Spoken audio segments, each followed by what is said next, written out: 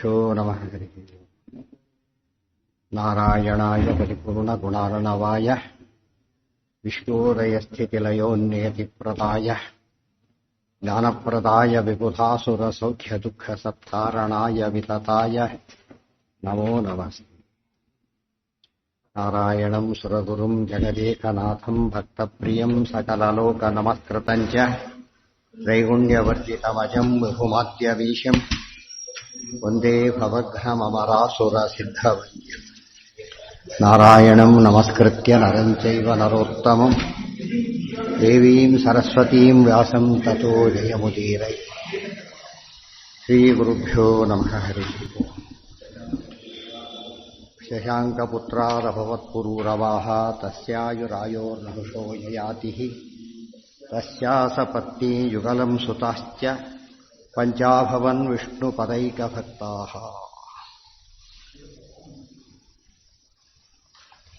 ಭೀಷ್ಮಂ ಸ್ವಭಕ್ತಂ ಯಶಸಾಭಿಪೂರಯನ್.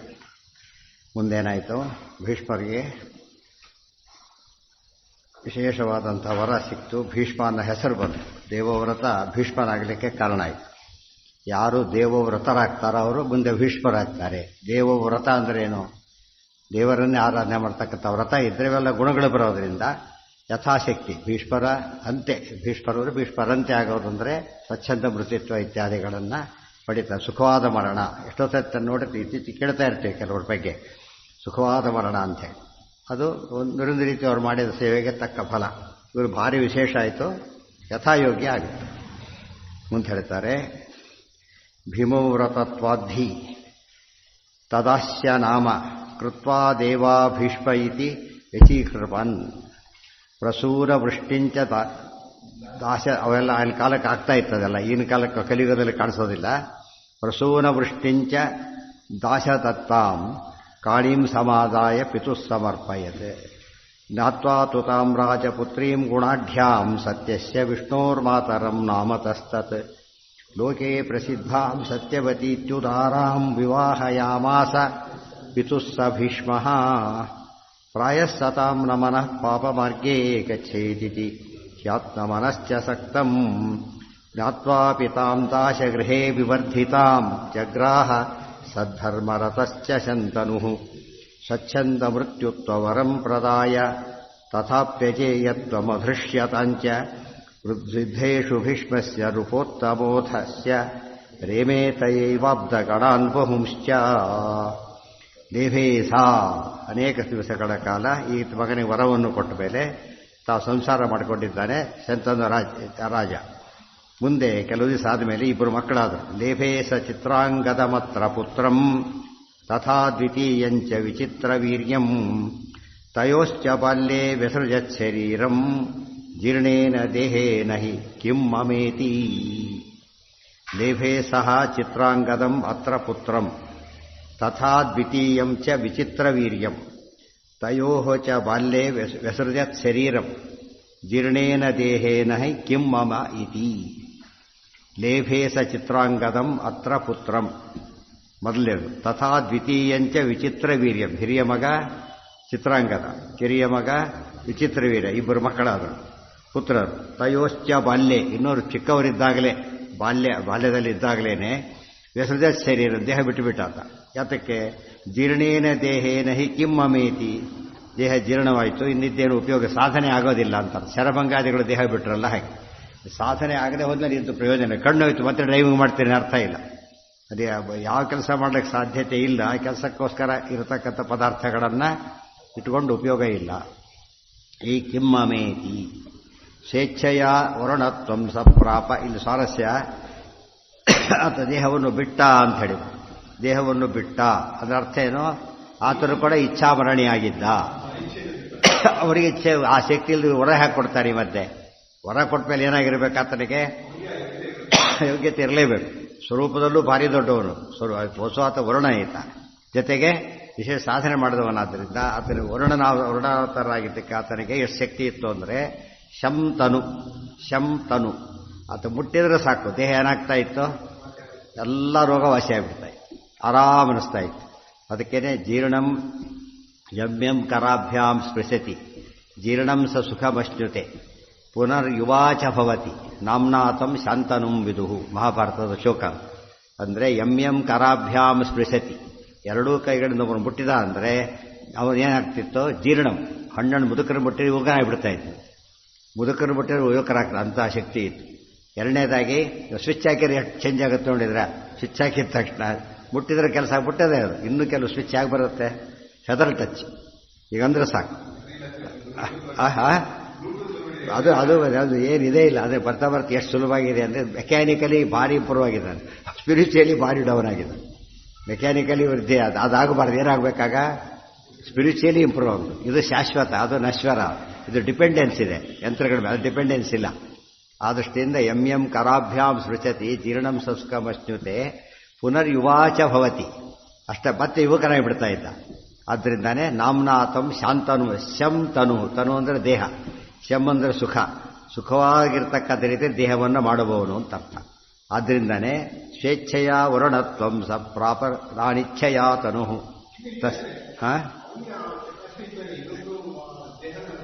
ಅದೇ ವಿಷಯ ಇಲ್ಲ, ಅವತಾರ ಕಾರ್ಯ ಮುಗೀತು, ಹೇಳಿದ್ಮೇಲೆ ವಾಲಂಟರಿ ರಿಟೈರ್ಮೆಂಟ್ಗೆ ಏನು ಕಾರಣ ಬೇಕಿಲ್ಲ, ನಾನು ಬೇಡಪ್ಪ, ಉಳಿದವರಿದ್ರೆ ಚೆನ್ನಾಗಿ ಕೆಲಸ ಮಾಡ್ತಾನೆ ಬೇಕಾದ್ರೆ ಅಂಥವರೇ ಅಲ್ಲ, ಸಾಮಾನ್ಯ ವಾಲಂಟರಿ ತಗೊಳ್ಳೋದೇ ಅಂಥವ್ರು. ಯಾರು ಹೈಲಿ ಎಫಿಷಿಯೆಂಟ್ ಆಗಿರ್ತಾರೆ ಅವರೇನು ಮಾಡ್ತಾರೆ, ಜನರಲ್ಲಿ ಬೇರೆ ಕೆಲಸಕ್ಕೆ ಉಪಯೋಗ ತೊಗೊಂಡ್ಬಿಡ್ತಾರೆ, ವಾಲಂಟರಿ ಯಾವುದೋ ಕಾರಣಕ್ಕೆ ತೊಗೊಂಡ್ಬಿಡ್ತಾರೆ. ಕೆಲಸಕ್ಕೆ ಬಾರ್ದು ತೋಟ ಅವ್ರು ಕೊಡೋದು ಇಲ್ಲ, ಅವ್ರು ಬರೀ ಏನು ಮಾಡಬೇಕು, ಹೋಗಿ ಅವನು ಇಲ್ಲೇ ಇರ್ತಿರ್ತಾರೆ, ತಳ್ಳೋವರೆಗೂ ಹೋಗೋದಿಲ್ಲ, ಬೇರೆ ಕೆಲಸ ಇದೆ ಅವರಿಗೆ. ಈಗ ವರ್ಣ ₹3 ಕೊಟ್ಬಿಡ್ತಾರೆ, ಅವತ್ತ ಕಾರ್ಯ ಮುಗೀತು ಅಷ್ಟೇ. ಜೀರ್ಣ ದೇಹ ಅಂಬುದು ಹೊರಗಿನ ಕಾರಣ, ಹೊರಗಿನ ಕಾರಣ ಏನದು ಜೀರ್ಣ ದೇಹ. ದೇಹ ಅಂದ್ರೆ ಏನು, ಶರೀರ. ಜೀರ್ಣ ಆಯಿತು ಅಂದ್ರೆ ಏನು, ಅವತಾರ ಕಾರ್ಯ ಮುಗೀತು ಅಂತ ಅರ್ಥದಲ್ಲಿ. ಇನ್ನೇನು ಕಾರಣ ಇಲ್ಲ, ತುಂಬ ಇಂಪಾರ್ಟೆಂಟ್ ಅದು. ಸ್ವೇಚ್ಛೆಯ ವರುಣತ್ವಂ ಸ ಪ್ರಾಪನಾನಿಚ್ಛೆಯ ತನು ತಸ್ಮಿನ್ ಕಾಲೇ ತ್ಯಜ್ಯತೆ ಹಿ ಬಲಬದ್ಧಿರ್ವಧಂ ವಿನ. ಒಂದು ಜನರಲ್ ರೂಲ್ ಹೇಳ್ತಾರೆ, ಇವೆಲ್ಲ ತುಂಬ ಇಂಪಾರ್ಟೆಂಟ್ ಪಾಯಿಂಟ್ಸ್ ಇವೆಲ್ಲ. ಅಲ್ಲಿ ಸುಮ್ಮನೆ ಮಹಾಭಾರತ ಓದಿದಾಗ ಗೊತ್ತಾಗೋದಿಲ್ಲ, ಇದಕ್ಕೆ ಅನಲೈಸ್ ಮಾಡಿದಾಗ ಗೊತ್ತಾಗುತ್ತೆ. ಸ್ವೇಚ್ಛೆಯ ವರುಣತ್ವಂ ಸಹ ಪ್ರಾಪ.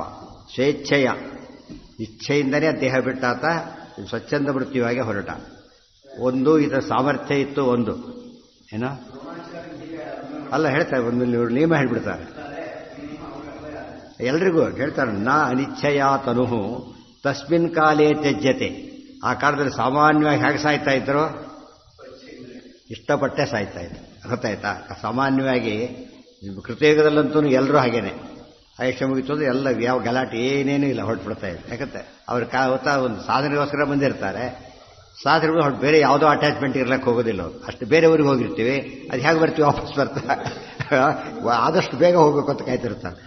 ಮಧ್ಯೆ ರಿಸರ್ವೇಷನ್ ಮಾಡಿಸ್ಬಿಟ್ಟಿರ್ತಾರಲ್ಲ, ಅವ್ರು ರಿಸರ್ವೇಷನ್ ಆಗಿಬಿಟ್ಟಿರ್ತಾಗಲೇ ಅವರು ಯಾವಾಗ ಎಲ್ಲ ತೀರ್ಮಾನ ಆಗಿಬಿಟ್ಟಿರ್ತಾ ಅಂತ ಹೊರಟ್ಬಿಡ್ತಾರೆ ಅಷ್ಟೇ. ಕೆಲಸ ಆಯ್ತು ಮತ್ತೆ ಆಗಿರ್ಬೇಕು, ಈಗ ಮುಗೀತಲ್ಲ, ನಮಗೆ ಕಾನ್ಸೆಪ್ಟ್ ಇದೆ ಇಲ್ಲ. ಈಗ ಅವ್ರು ಬೇರೆ ಊರಿಗೆ ಹೋದಾಗ ನಮ್ಗೆ ಹೇಗೆ ಅನಿಸುತ್ತೋ ಅವ್ರು ಬೇರೆ ಲೋಕಕ್ಕೆ ಬಂದಾಗ ಹೇಗೆ ಅನಿಸುತ್ತೆ. ಯಾಕೆ they are happy with your own. ಇದು ಇಲ್ಲಿ ಬರೋದು ಇದ್ರ ಮೇಲೆ, ಆಫೀಸ್ ಕೆಲಸದ ಮೇಲೆ ಅಂತ ಹೇಳೋದಿಲ್ಲ, ದೇವ್ರ ಕೆಲಸ ಮೇಲೆ. ನಾವು ಆಫೀಸ್ ಕೆಲಸ ಅರ್ಥ ಆಗುತ್ತಲ್ಲ, ಭಗವತ್ ಕಾರ್ಯಕ್ಕೋಸ್ಕರ ಬಂದಿದ್ರು, ಆ ಕಾರ್ಯ ಮುಗಿತು ಹೊರಟ್ಬಿಟ್ಟು. ಇನ್ನು ಆಗಿನ ಕಾಲಕ್ಕೆ ಹಾಗೇ ಇದ್ರು. ಆದರೆ ಇಚ್ಛೆ ಇಲ್ಲದೆ ಸಾಯೋ ಪ್ರಸಂಗ ಯಾವ ಬರ್ತಿತ್ತು ಅಂದರೆ ಬಲವದ್ಭಿರ್ವಧಂ ವಿನ. ಯುದ್ಧ ನಡೆದಾಗ ತಮಗಿಂತ ಹೆಚ್ಚು ಬಲಿಷ್ಠರವರು ಕೊಂದರೆ ಸಾಯ್ತಿದ್ರಷ್ಟೇ, ಇಷ್ಟ ಇಲ್ಲದೆ ಹೋದರೂ ಕೂಡ. ಅದರ್ವೈಸ್ ಹೇಗೆ ಸಾಯ್ತಿದ್ರು ಅವರು, ಪತ್ತರಾಯರು ಎಷ್ಟು ಮುಂದೆ ಅನೌನ್ಸ್ ಮಾಡಿದ್ದೆ, 2 ವರ್ಷ 2 ತಿಂಗಳು ಅನೌನ್ಸ್ ಮಾಡಿ ಹಾಕ್ಬಿಟ್ಟಿದೆ. ಅದೊಂದು ಸಾಂಕೇತಿಕ. ಜ್ಞಾನಿಗಳೆಲ್ಲ ಸಾಮಾನ್ಯವಾಗಿ ಏನು ಮಾಡ್ತಾರೆ, ಸ್ವಲ್ಪ ಅದರ ತಾರತಮ್ಯ ಇರುತ್ತೆ, ಅವು ಇಷ್ಟಪಟ್ಟೆ ದೇಹ ತ್ಯಾಗ ಮಾಡ್ತಾರೆ ಹೊರತು. ವ್ಯಾಸರಾಜ ಸ್ವಾಮಿ ಮೊದಲೇ ಅನೌನ್ಸ್ ಮಾಡಿದ್ರು, ಅವರು ಕೂಡ ಹಾಗೆ ಮಾಡಿದ್ರು. ಟೀಕಾರ ಇವರಿಂದ ಒಂದೇನಾದವರು. ಟೀಕಾ ಬರೆದು ಟಿಪ್ಪಣಿ ಬರೆದ ಮೇಲೆ ಎಷ್ಟು ಮಹತ್ವ ಇರಬೇಕು, ಇದೆಲ್ಲ ನೋಡ್ತಾ ಹೋದ್ರೆ ಎಷ್ಟೋ ಜನ ಪುರುಷೋತ್ತಮ ಮೊದಲ ಗುಹೆಗೆ ಹೋದ್ರು ವಾಪಸ್ ಬರಲಿಲ್ಲ, ಬದರಿಗೆ ಹೋದ್ರು ವಾಪಸ್ ಬರಲಿಲ್ಲ, ಕಾಣಾಗೆ ಹೊರಟ್ಬಿಟ್ಟು. ಅಥವಾ ಶಿಷ್ಯರೆಲ್ಲ ಹಾಗೆ ತುಂಬ ಜನಗಳು ಎಲ್ಲೆಲ್ಲೋ ದೇಹ ತ್ಯಾಗ ಮಾಡಿಬಿಡ್ತಾರೆ. ಅವ್ರ ವೃಂದಾವನ ಸಿಕ್ಕಲಿ ಕೆಲವರೆಲ್ಲ, ಅವ್ರು ಅದೆಲ್ಲ ಬೇಕೇ ಇರಲಿಲ್ಲ, ತಿಳಿತಿಲ್ಲ. ಕೆಲಸ ಬಂದು ಗಂಗಾನ ನೋಡಿ ಮತ್ತೆ ಹೋದ ಬೇರೆ ಸಂಸ್ಕಾರನೇ ಬೇಕಿಲ್ಲ, ಈ ರೀತಿ ಮಾಡಿದವರಿಂದ. ಅದು ನಮಗೇನೋ ಇದೇ ಭಾರಿ ದೊಡ್ಡದು ಅಂತ ಅನಿಸ್ಬಿಡೋದ್ರಿಂದ ನಮಗೆ ಬಿಡ್ಲಿಕ್ಕಾಗೋದಿಲ್ಲ. ಅದೇ ಅವ್ರು ಇಲ್ಲಿಂದ ಬಂದಿರೋದ್ರಿಂದ ಅವರಿಗೆ ಅನಿಸೋದಿಲ್ಲ. ಉಳಿದವರಿಗೆ ಯಾಕೆ ಇರಿಸೋದು ಇದ್ದೋಗಿ ಅಂತ ಅವರು ಹೋಗ್ತೀವಿ ಅಂತಿವರು ಎಷ್ಟೊತ್ತದ್ದು ಬರೋ ಎಸ್ಕೇಪ್ ಆಗಿ ಬಂದ್ಬಿಡ್ತಾರೆ. ಅವ್ರು ಯಾವುದೋ ಕಾರಣಕ್ಕೇರಿ ಅಂದರೆ ಇಷ್ಟಪಡ್ಲಿಕ್ಕೆ ಇರಲಿಕ್ಕೆ ಕೆಲಸ ಆಯ್ತು ಮತ್ತೆ ಹಾಕಿರ್ಬೇಕು. ನಿಮಗೆ ಭಾರ ಅನಿಸುತ್ತಲ್ಲ, ಹಾಗೆ ನಿಮಗೆ ಭೂಭಾರ ಇದ್ದಾಗ ಲೆಕ್ಕ. ಕೆಲಸ ಆದಮೇಲೆ ಇದ್ದರೆ ಮಂಡ್ಯ ಪಂಕ್ತಿ ಊಟ ಮೇಲೆ ಎಳೆದ ಹೋದರೆ 2ನೇ ಪಂಕ್ತಿ ಏನು ಪ್ರಾಬ್ಲಮ್ ಆಗುತ್ತೆ. ಅದರಿಂದ ಹೌದಲ್ಲ, ಬೇಗ ಎದ್ದು ಬಿಟ್ರೆ ಬೇಗ ಕೆಲಸ ನಡೆಯುತ್ತೆ. ಸಾಧನೆ ಮುಚ್ಕೊಂಡು ಹೊರಡ್ತಿರ್ಬೇಕು. ತಸ್ಮಿನ್ ಕಾಲೇ ತ್ಯಜ್ಯತೆ ಬಲವದ್ವ್ಯೂರ್. ಸಾಧನೆ ಕಾನ್ಸೆಪ್ಟ್ ಜನಕ್ಕಿಲ್ಲ, ಆದ್ದರಿಂದ ಮುಗಿಯೋ ಪ್ರಶ್ನೆ ಬರೋದೇ ಇಲ್ಲ. ಸಾಧನೆ ಅಂತ ಒಂದಿದ್ರೆ ಏನು ಮಾಡ್ಬೋದಾಗ ಒಂದು ಗುರಿ ಇರುತ್ತೆ. ಗುರಿನೇ ಇಲ್ಲದ ವಾಕಿಂಗ್ ಹೋಗೋನಿಗೂ ಆಫೀಸ್ಗೆ ಎಷ್ಟು ಡಿಫ್ರೆನ್ಸ್ ಇದೆ. ಈಗ ವಾಕಿಂಗ್ ಹೋಗೋಣ ಹೇಗೆ ಎಲ್ಲಿ ಸಿಕ್ಕಲ್ಲ ಅಡ್ಡಿ ಹೊಡೆದು ಬಿಡ್ತಾರೆ. ಹಾಗೆ ವಾಕಿಂಗ್ ಆಗಲ್ಲ, ಆಫೀಸ್ಗೆ ಹೋಗೋಣ ಗುರಿ ಇದೆ ಅವನಿಗೆ. ಏನೇ ಮಾಡ್ತಿದ್ರು ಆ ಕಡೆ ಗುರಿ ಇಟ್ಕೊಂಡಿರ್ತಾರೆ.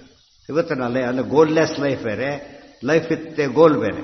ಅದು ಪ್ರಾಪರ್ ಗೋಲ್ ಇದ್ರೂ ವಂಡರ್ಸ್ ಮಾಡ್ತಾನೆ. ಇದೆಲ್ಲ ಅರ್ಥ ಮಾಡಿಕೊಂಡ್ರೆ ದೇವತೆಗಳ ರೀತಿಯೇ ಬೇರೆ. ಬಲವದ್ಭಿರ್ವಧಂ ವಿನಾ.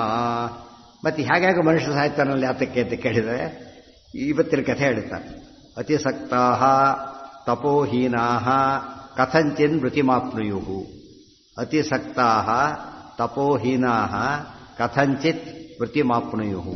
ಅತಿಸಕ್ತಾ ಯಾರು ಸಂಸಾರದಲ್ಲಿ ಭಾರಿ ಅಟ್ಯಾಚ್ಮೆಂಟ್ ಇಟ್ಕೊಂಡಿರ್ತಾರೆ ಅವ್ರು ಹೇಗೋ ಸಾಯ್ತಾರೆ. ಗೊತ್ತಾಯ್ತಾ? ಅವ್ರು ಹೋಗಿ ಬಿಟ್ಟು ಹೋಗ್ಲಾರ್ರು, ಇರ್ಲಿಕ್ಕಾಗೋದಿಲ್ಲ. ಇವ್ರು ಇಟ್ಕೊಳ್ಳೋಕೆ ಇವ್ರು ತಯಾರಿಲ್ಲ. ಇವ್ರಿಗೆ ಹೋಗಲಿ ಅಂತ ಇವರು ಹೋಗಬಾರ್ದು ಅಂತ ಅವರಿಗೆ ಈಗ ಹಿಂಸೆ ಪಟ್ಟು ಸಾಯ್ತಾನೆ.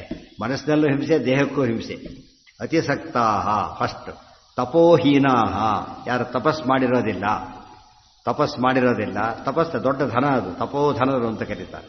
ತಪೋಧನರು ಆ ತಪಸ್ಸು ಯಾರು ಮಾಡಿರೋದಿಲ್ಲ ಅವರು ಕಥಂಚಿನ್ ಮೃತಿಮಾಪಿ ಹಾಗೋ ಸಾಯ್ತಾರೆ. ಕಥಂಚಿತ್ ಅಂದ್ರೇನು? ಹಾಗೋ ಸಾಯ್ತಾರೆ ಹೊರತು ಅದಕ್ಕೆ ಎಲ್ಲೆಲ್ಲೋ ಸಾಯ್ತಾರೆ, ಹಾಗೋ ಸಾಯ್ತಾರೆ. ಆ ಸಾವಿಗೆ ನೋಡೋರಿಗೆ ಅಯ್ಯೋ ದುಃಖ ಅನಿಸ್ಬೇಕು. ಆದರೆ ಇವ್ರು ಹಾಗಲ್ಲ. ಇವರದ ಉದ್ದೇಶ ಇರೋದ್ರಿಂದ ಇದನ್ನು ನಮಗೊಂದು ಸಂದೇಶ ಇದೆ. ಅತಿಶಕ್ತಿ ಬೇಡ.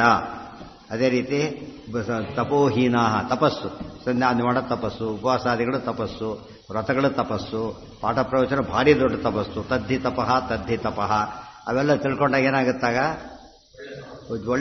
ಒಳ್ಳೆ ಸಾವಿಗೆ ಕಾರಣ. ಒಳ್ಳೆ ಬದುಕು, ಒಳ್ಳೆ ಸರಿಯಾಗಿ ಕೆಲಸ ಮಾಡಿದ್ದ ರೆಸ್ಪೆಕ್ಟ್ಫುಲಿ ಕಳಿಸ್ಕೊಡ್ತಾರೆ. ಅವ್ರು ನೋಡ್ತಾರೆ, ಸನ್ಮಾನ ಮಾಡಿ ಹೋಗೋ ದಿವಸ ಭಾರಿ ಜೋರಾಗಿ ಕಳಿಸ್ಕೊಡ್ತಾರೆ. ಯಾರು ಬಿಸಿಗೆ ನಿಮ್ ಅಂತಾರೆ. ಆ್ಯಕ್ಚುಲಿ ಅಷ್ಟು ಮಾಡಿ ಕಳಿಸ್ತಾರೆ. ಹುಡ್ಸೋರೋದ್ರೆ ಹೋಗಿ ಹಾಳಾಗೋದು ಅಂತಿರ್ತಾರೆ. ಇವತ್ತು ಲೋಕದಲ್ಲೇ ಕಂಡಿದೆ. ಯಶಸ್ವಿಯಾದ ಸರ್ವಿಸ್ ಮಾಡಿದವನು ಹೇಗೆ ಬಹಳ ಸಂಭ್ರಮದಿಂದ ಬೀಳ್ಕೊಡ್ತಾರ, ಹಾಗೆ ಇಂಥವ್ರನ್ನೆಲ್ಲ ಹೇಗೆ ಕರ್ಕೊಂಡು ಹೋಗ್ತಾರೆ, ಸ್ವಾಗತ ಮಾಡಿ ಕರ್ಕೊಂಡು. ಅವ್ರಿಗೆ ಅಲ್ಲಿ ಸ್ವಾಗತ, ಇಲ್ಲಿ ಸೆಂಡ್ ಆಫು, ಎರಡೆರಡು ವ್ಯವಸ್ಥೆ ಇರುತ್ತೆ ಅವ್ರಿಗೆ. ಇಲ್ಲಿಂದ ಗೌರವದಿಂದ ಕಳಿಸ್ಕೊಡ್ತಾರೆ, ಅವ್ರು ಗೌರವದಿಂದ ವಾಪಸ್ ಅಲ್ಲಿ ಕರ್ಕೊಂಡು ದೇವತೆಗಳು ಕರ್ಕೊಂಡು ಹೋಗ್ತಾ ಇರೋದು ರೆಡಿಯಾಗಿರ್ತಾರೆ ಆಗಲೇ ಅವರು. ಅಥೋರ್ಧ್ವ ದೈಹಿಕಂ ಕೃತ್ವ. ಇದೆಲ್ಲ ನೆನ್ಪಿಡಿ, ಈ ಶ್ಲೋಕಗಳೆಲ್ಲ ನೆನ್ಪಿಟ್ಕೊಳ್ಬೇಕು. ಅತಿಸಕ್ತಾ ತಪೋಹೀನಾ ಕಥಂಚಿನ್ ಮೃತಿಮಾಪ್ನುಯು ಅನಿಚ್ಛಯಾಪಿ ಯಥಾ ಮೃತಶ್ಚಿತ್ರಾಂಗನಾನುಜ. ಇಲ್ಲೇ ಒಂದು ಎಕ್ಸಾಂಪಲ್ ಕೊಟ್ಟು. ಯಾರು? ವಿಚಿತ್ರವೀರ್ಯ. ಇದು ಬಂದಿಲ್ಲ ವಿಚಿತ್ರವೀರ್ಯ ಇನ್ನು.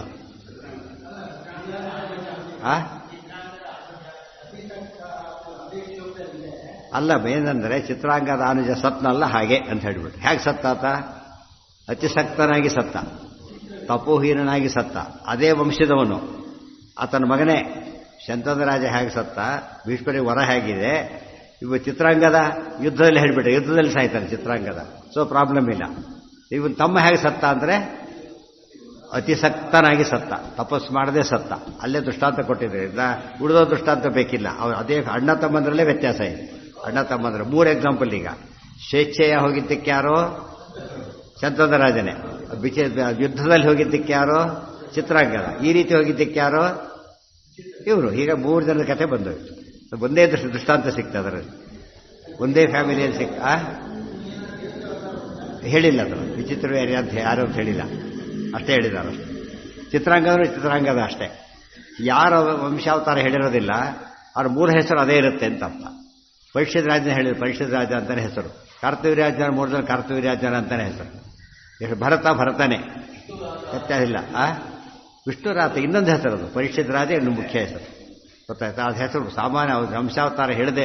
ಧೃತರಾಷ್ಟ್ರ ಮೂಲದಲ್ಲೂ ಧೃತರಾಷ್ಟ್ರನೇ ಹೇಳಿದ, ಅದೇ ಹೇಳಿ ಆಚಾರ್ಯ ಮೂಲದ ಧೃತರಾಷ್ಟ್ರ ಅಂತ ಹೇಳಿಬಿಟ್ಟಿದ್ದ.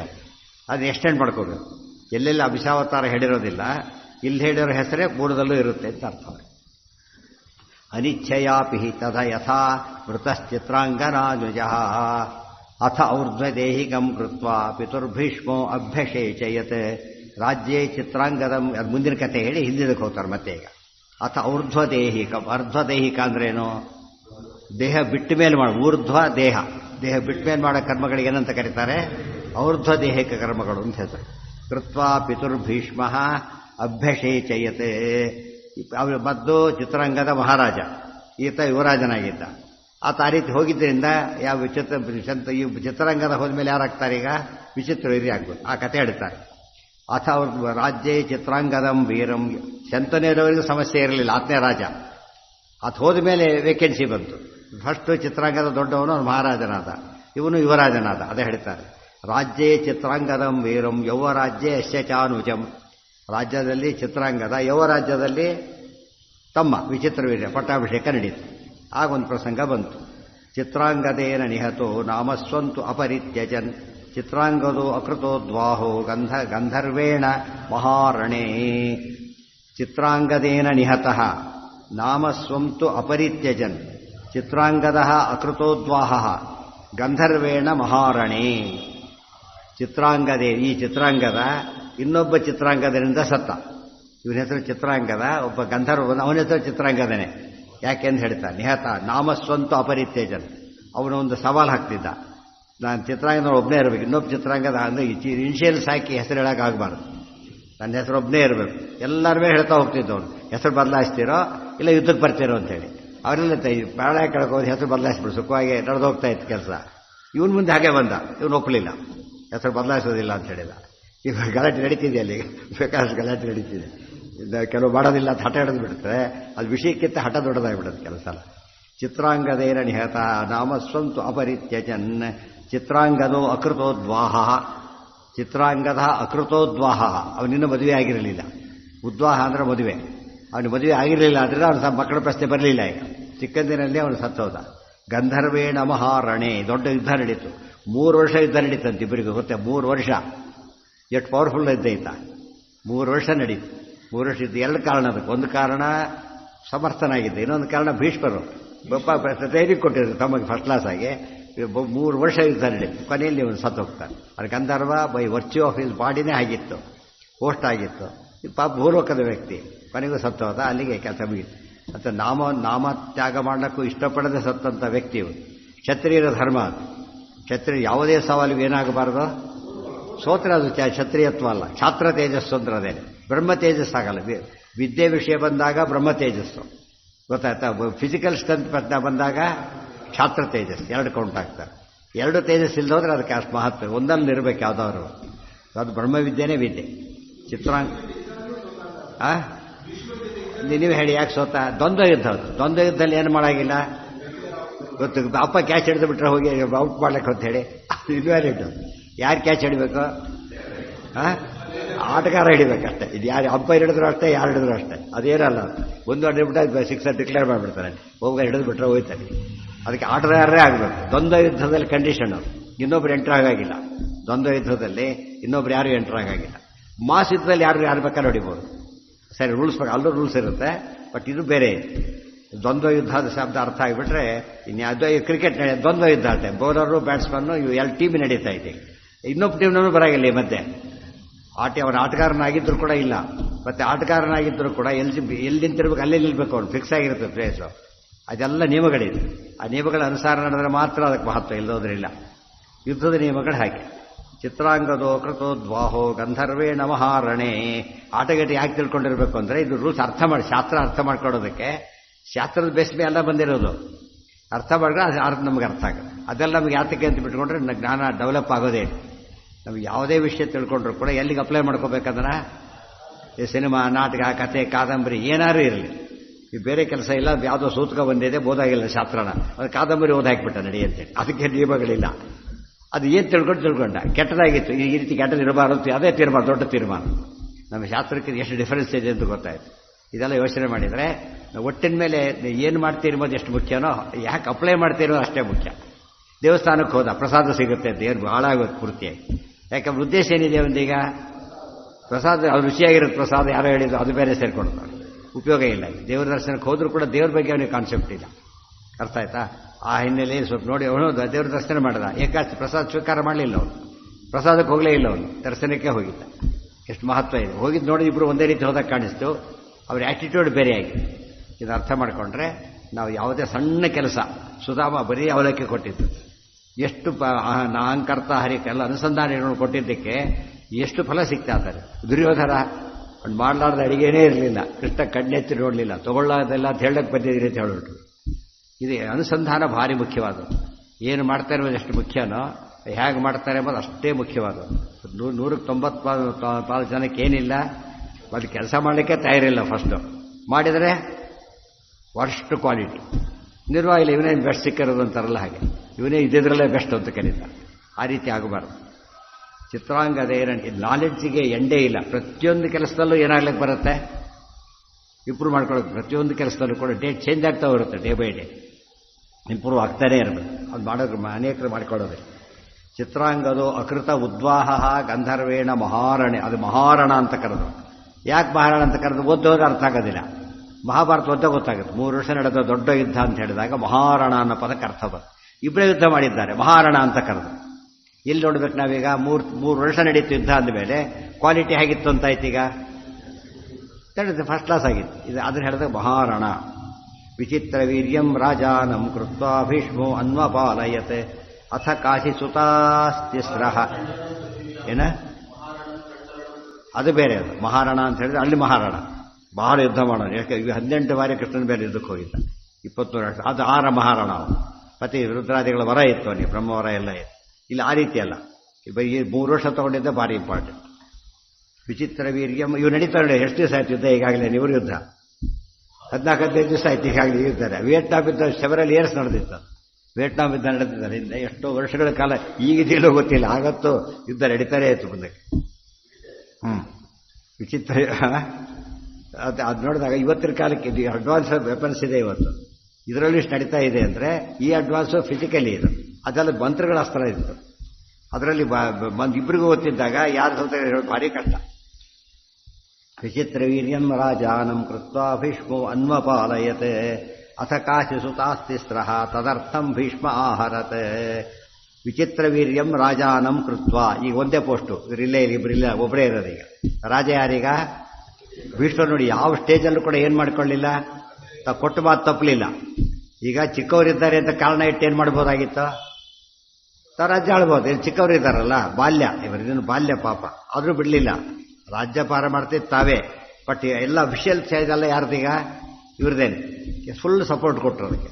ಕೆಲವರು ಇರ್ತಾರೆ, ನಾನು ಮಾಡೋದಿಲ್ಲ, ಅವ್ರು ಹಾಳಾಗೋಲ್ಲ, ನಮ್ಮ ಗಂಟೆ ಹೋಯ್ತು, ಆ ಥರ ರೆಸ್ಪಾನ್ಸಿಬಲ್ ಆಗ್ತಾರೆ.